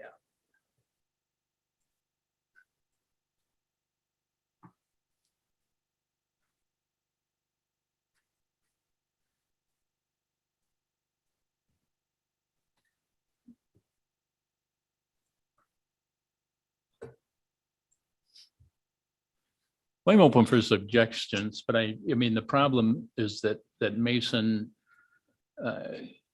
can go with Leslie and Aurelius and Onondaga, but if you're going out further west, then they really don't go that way. Pull up you got the current one, Current districts. Yeah, it wasn't going. I gotta shut it down and restart.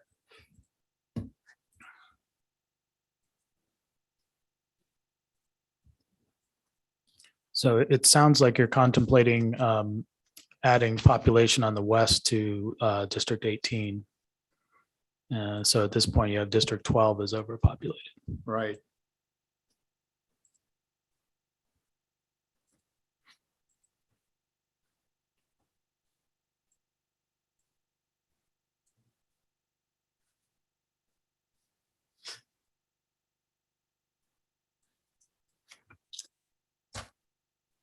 We got rid of the 65th House District, which is completely gerrymandered, and that's causing us a problem now.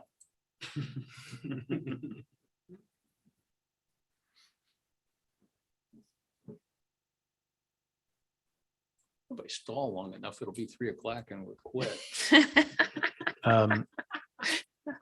So 12 is overpopulated at this point.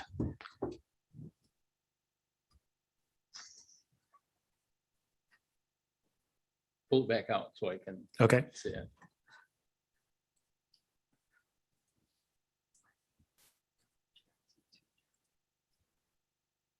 See, we don't need to go that way. How much is over there in Pinckney and whatever the one to the? It's about 11,000. Commissioner Witches. Doesn't make sense to put one county seat in a House district with another county seat. Jackson. Oh, yeah. That seems a little odd to me. But they might have. Odd, and yet they have potentially common interests, right? Different populations, but. Well, they didn't seem to think so in 2010. Well, I'm looking at taking Putnam and Onondaga out and putting Mason and Leslie. So those would go to 13 if you took them out of 12. I just take them out, period, and figure out what to do with them later. Okay.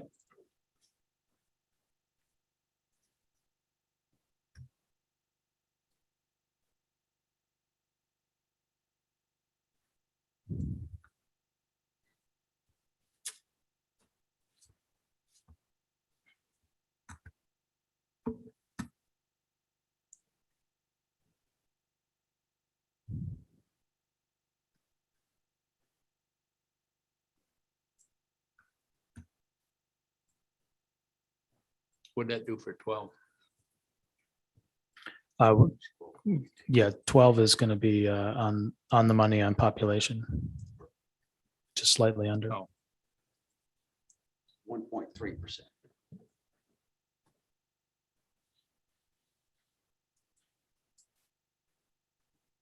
Well, 13's on the money now too.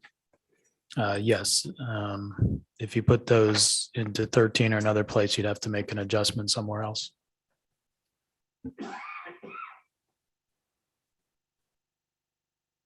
Well, if we do, we could put those two into 13 and take out of Shiawassee. That would be fine. That would be perfectly Okay. fine.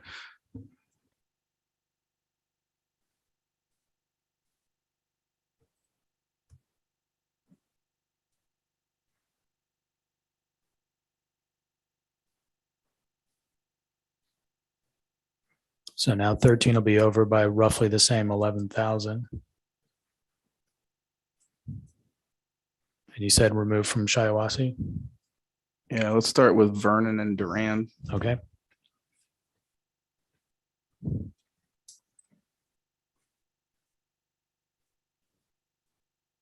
Oops, sorry, one moment.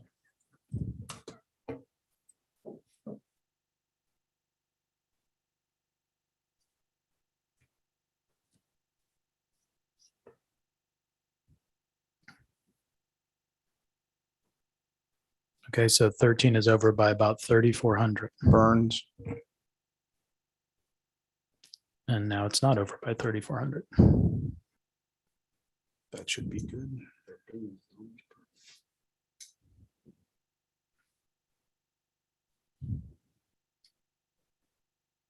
And where are we on 18? 18 is 64,000 out of 90,000. It's down 30%. And you had contemplated going into Berry County? Yeah, Okay. see, let's see what the townships look like.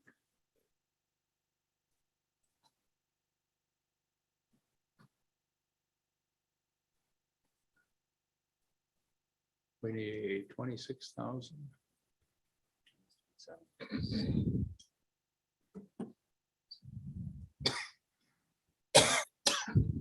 This is probably gonna have to take, yeah.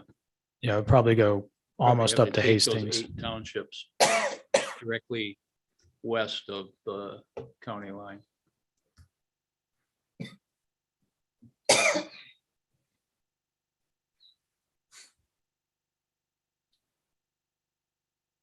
And Hastings.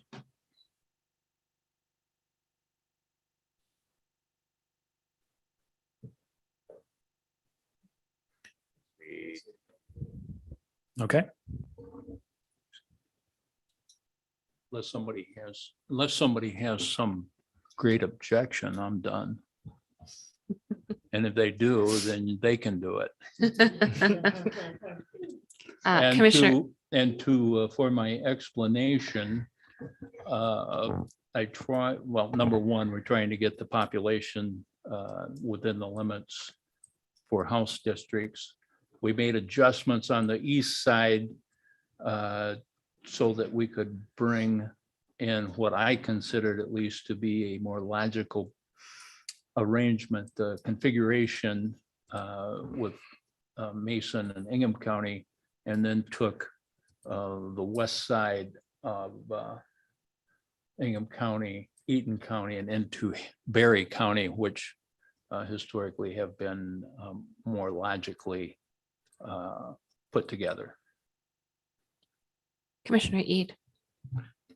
Something that we might want to consider is that if we combine the population of Allegan County, which is west of Berry County, the population of both of them combined is exactly enough for 2 house districts. So I think we might be facing a question on, is Berry County more associated with Eaton County or more associated with Allegan County? You're getting a little too far west for me to say. I know that Berry and Eaton on the west of Berry, east of Eaton, or excuse me, east of Berry, west of Eaton, have been pretty closely tied together. If you're looking at the rural, a lot of the farmers are going into the Eaton County for, hauling their corn and beans, et cetera, unless they're hauling them to Detroit, which a lot of them do now. So, yeah, I guess I'm not that familiar with west of Hastings. Even though I'm the west guy. All right, any additional comments or concerns? Go ahead, Mr. Morgan. I would suggest since you're finishing out this region, this would be a good time to check for contiguity. That sounds like a great idea. I think it's okay, but let's check. While we're doing that, Commissioner Leck, could you provide any additional explanation on why you chose these areas for district? You don't like my first one? I did that. Got it. Thank you. I didn't see any discontiguities. Okay, fantastic. All right, so it looks like we have completed the South Central region, which was what we had tasked to do today. Go ahead, Commissioner Witches. Once this is saved, can I get the shape file for it again? And I think I got the updated one for the Senate as well. Thanks. I would like that as well. Commissioner Lang. I don't know if my eyes are playing tricks on me, but for where it shows Clinton on the screen, am I seeing like white spaces where there's nothing aside? Oh, it was the number 14. Never mind. It was my eyes. That's correct. Good catch, though. Okay, guys, so I think we have completed what we intended to do today. Are there any more comments or concerns? All right, so moving on to our next agenda item. Next item on our agenda is approval of the meeting minutes, which we have none to approve. I see where I'm at here. We also have no staff reports today. Does MDOS have any updates?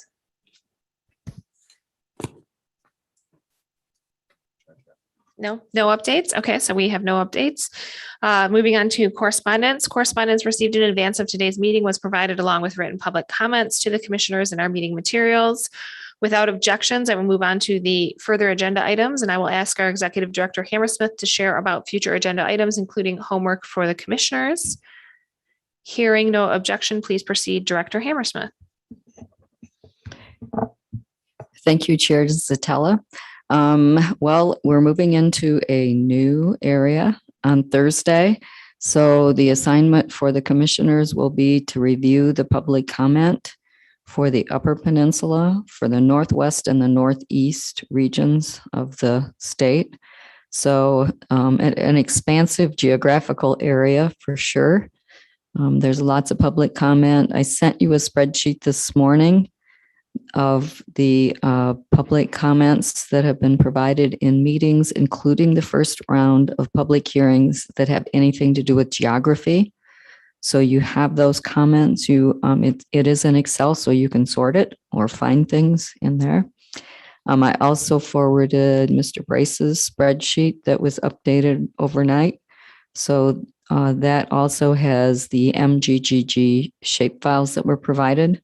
So there's over 400 of those. You'll want to search that spreadsheet also for any areas of the map that would apply in these regions. So you have plenty of homework to do. I realize we're ending a little early here today, but there's a lot of work to do between now and Thursday to make sure that you're ready for those regions. So that would be it for now. Thank you very much, Executive Director Hammersmith. Mr. Brace. Yes, the spreadsheet that the executive director sent out to everyone that we created, it is sortable for all of you to look at where there are all the COIs to so far, and you can look at the populations on them. You can rank them what you will find is some of the things on the COIs, there are very large COIs that really probably wouldn't really direct you as much. So keep that in mind as you sort. You can sort by the regions that they're in, sort by the populations, all of that sort of thing. So it'll give you a good capability of looking at a lot of different things. Thank you very much, Mr. Brace. All right, are there any announcements? Okay, having no announcements, as the items on our agenda are completed and the commission has no further business, a motion to adjourn is in order. May I have a motion to adjourn? So moved. Motion made by Commissioner Witches, seconded by Commissioner Lett. Is there any debate or discussion on the motion? Hearing none, let's vote. All in favor, please raise your hand and say aye. Aye. All opposed, please raise your hand and say nay. The ayes prevail and the meeting is adjourned at 2:16 p.m. Thank you very much, everybody. And Rhonda, feel better. Feel better.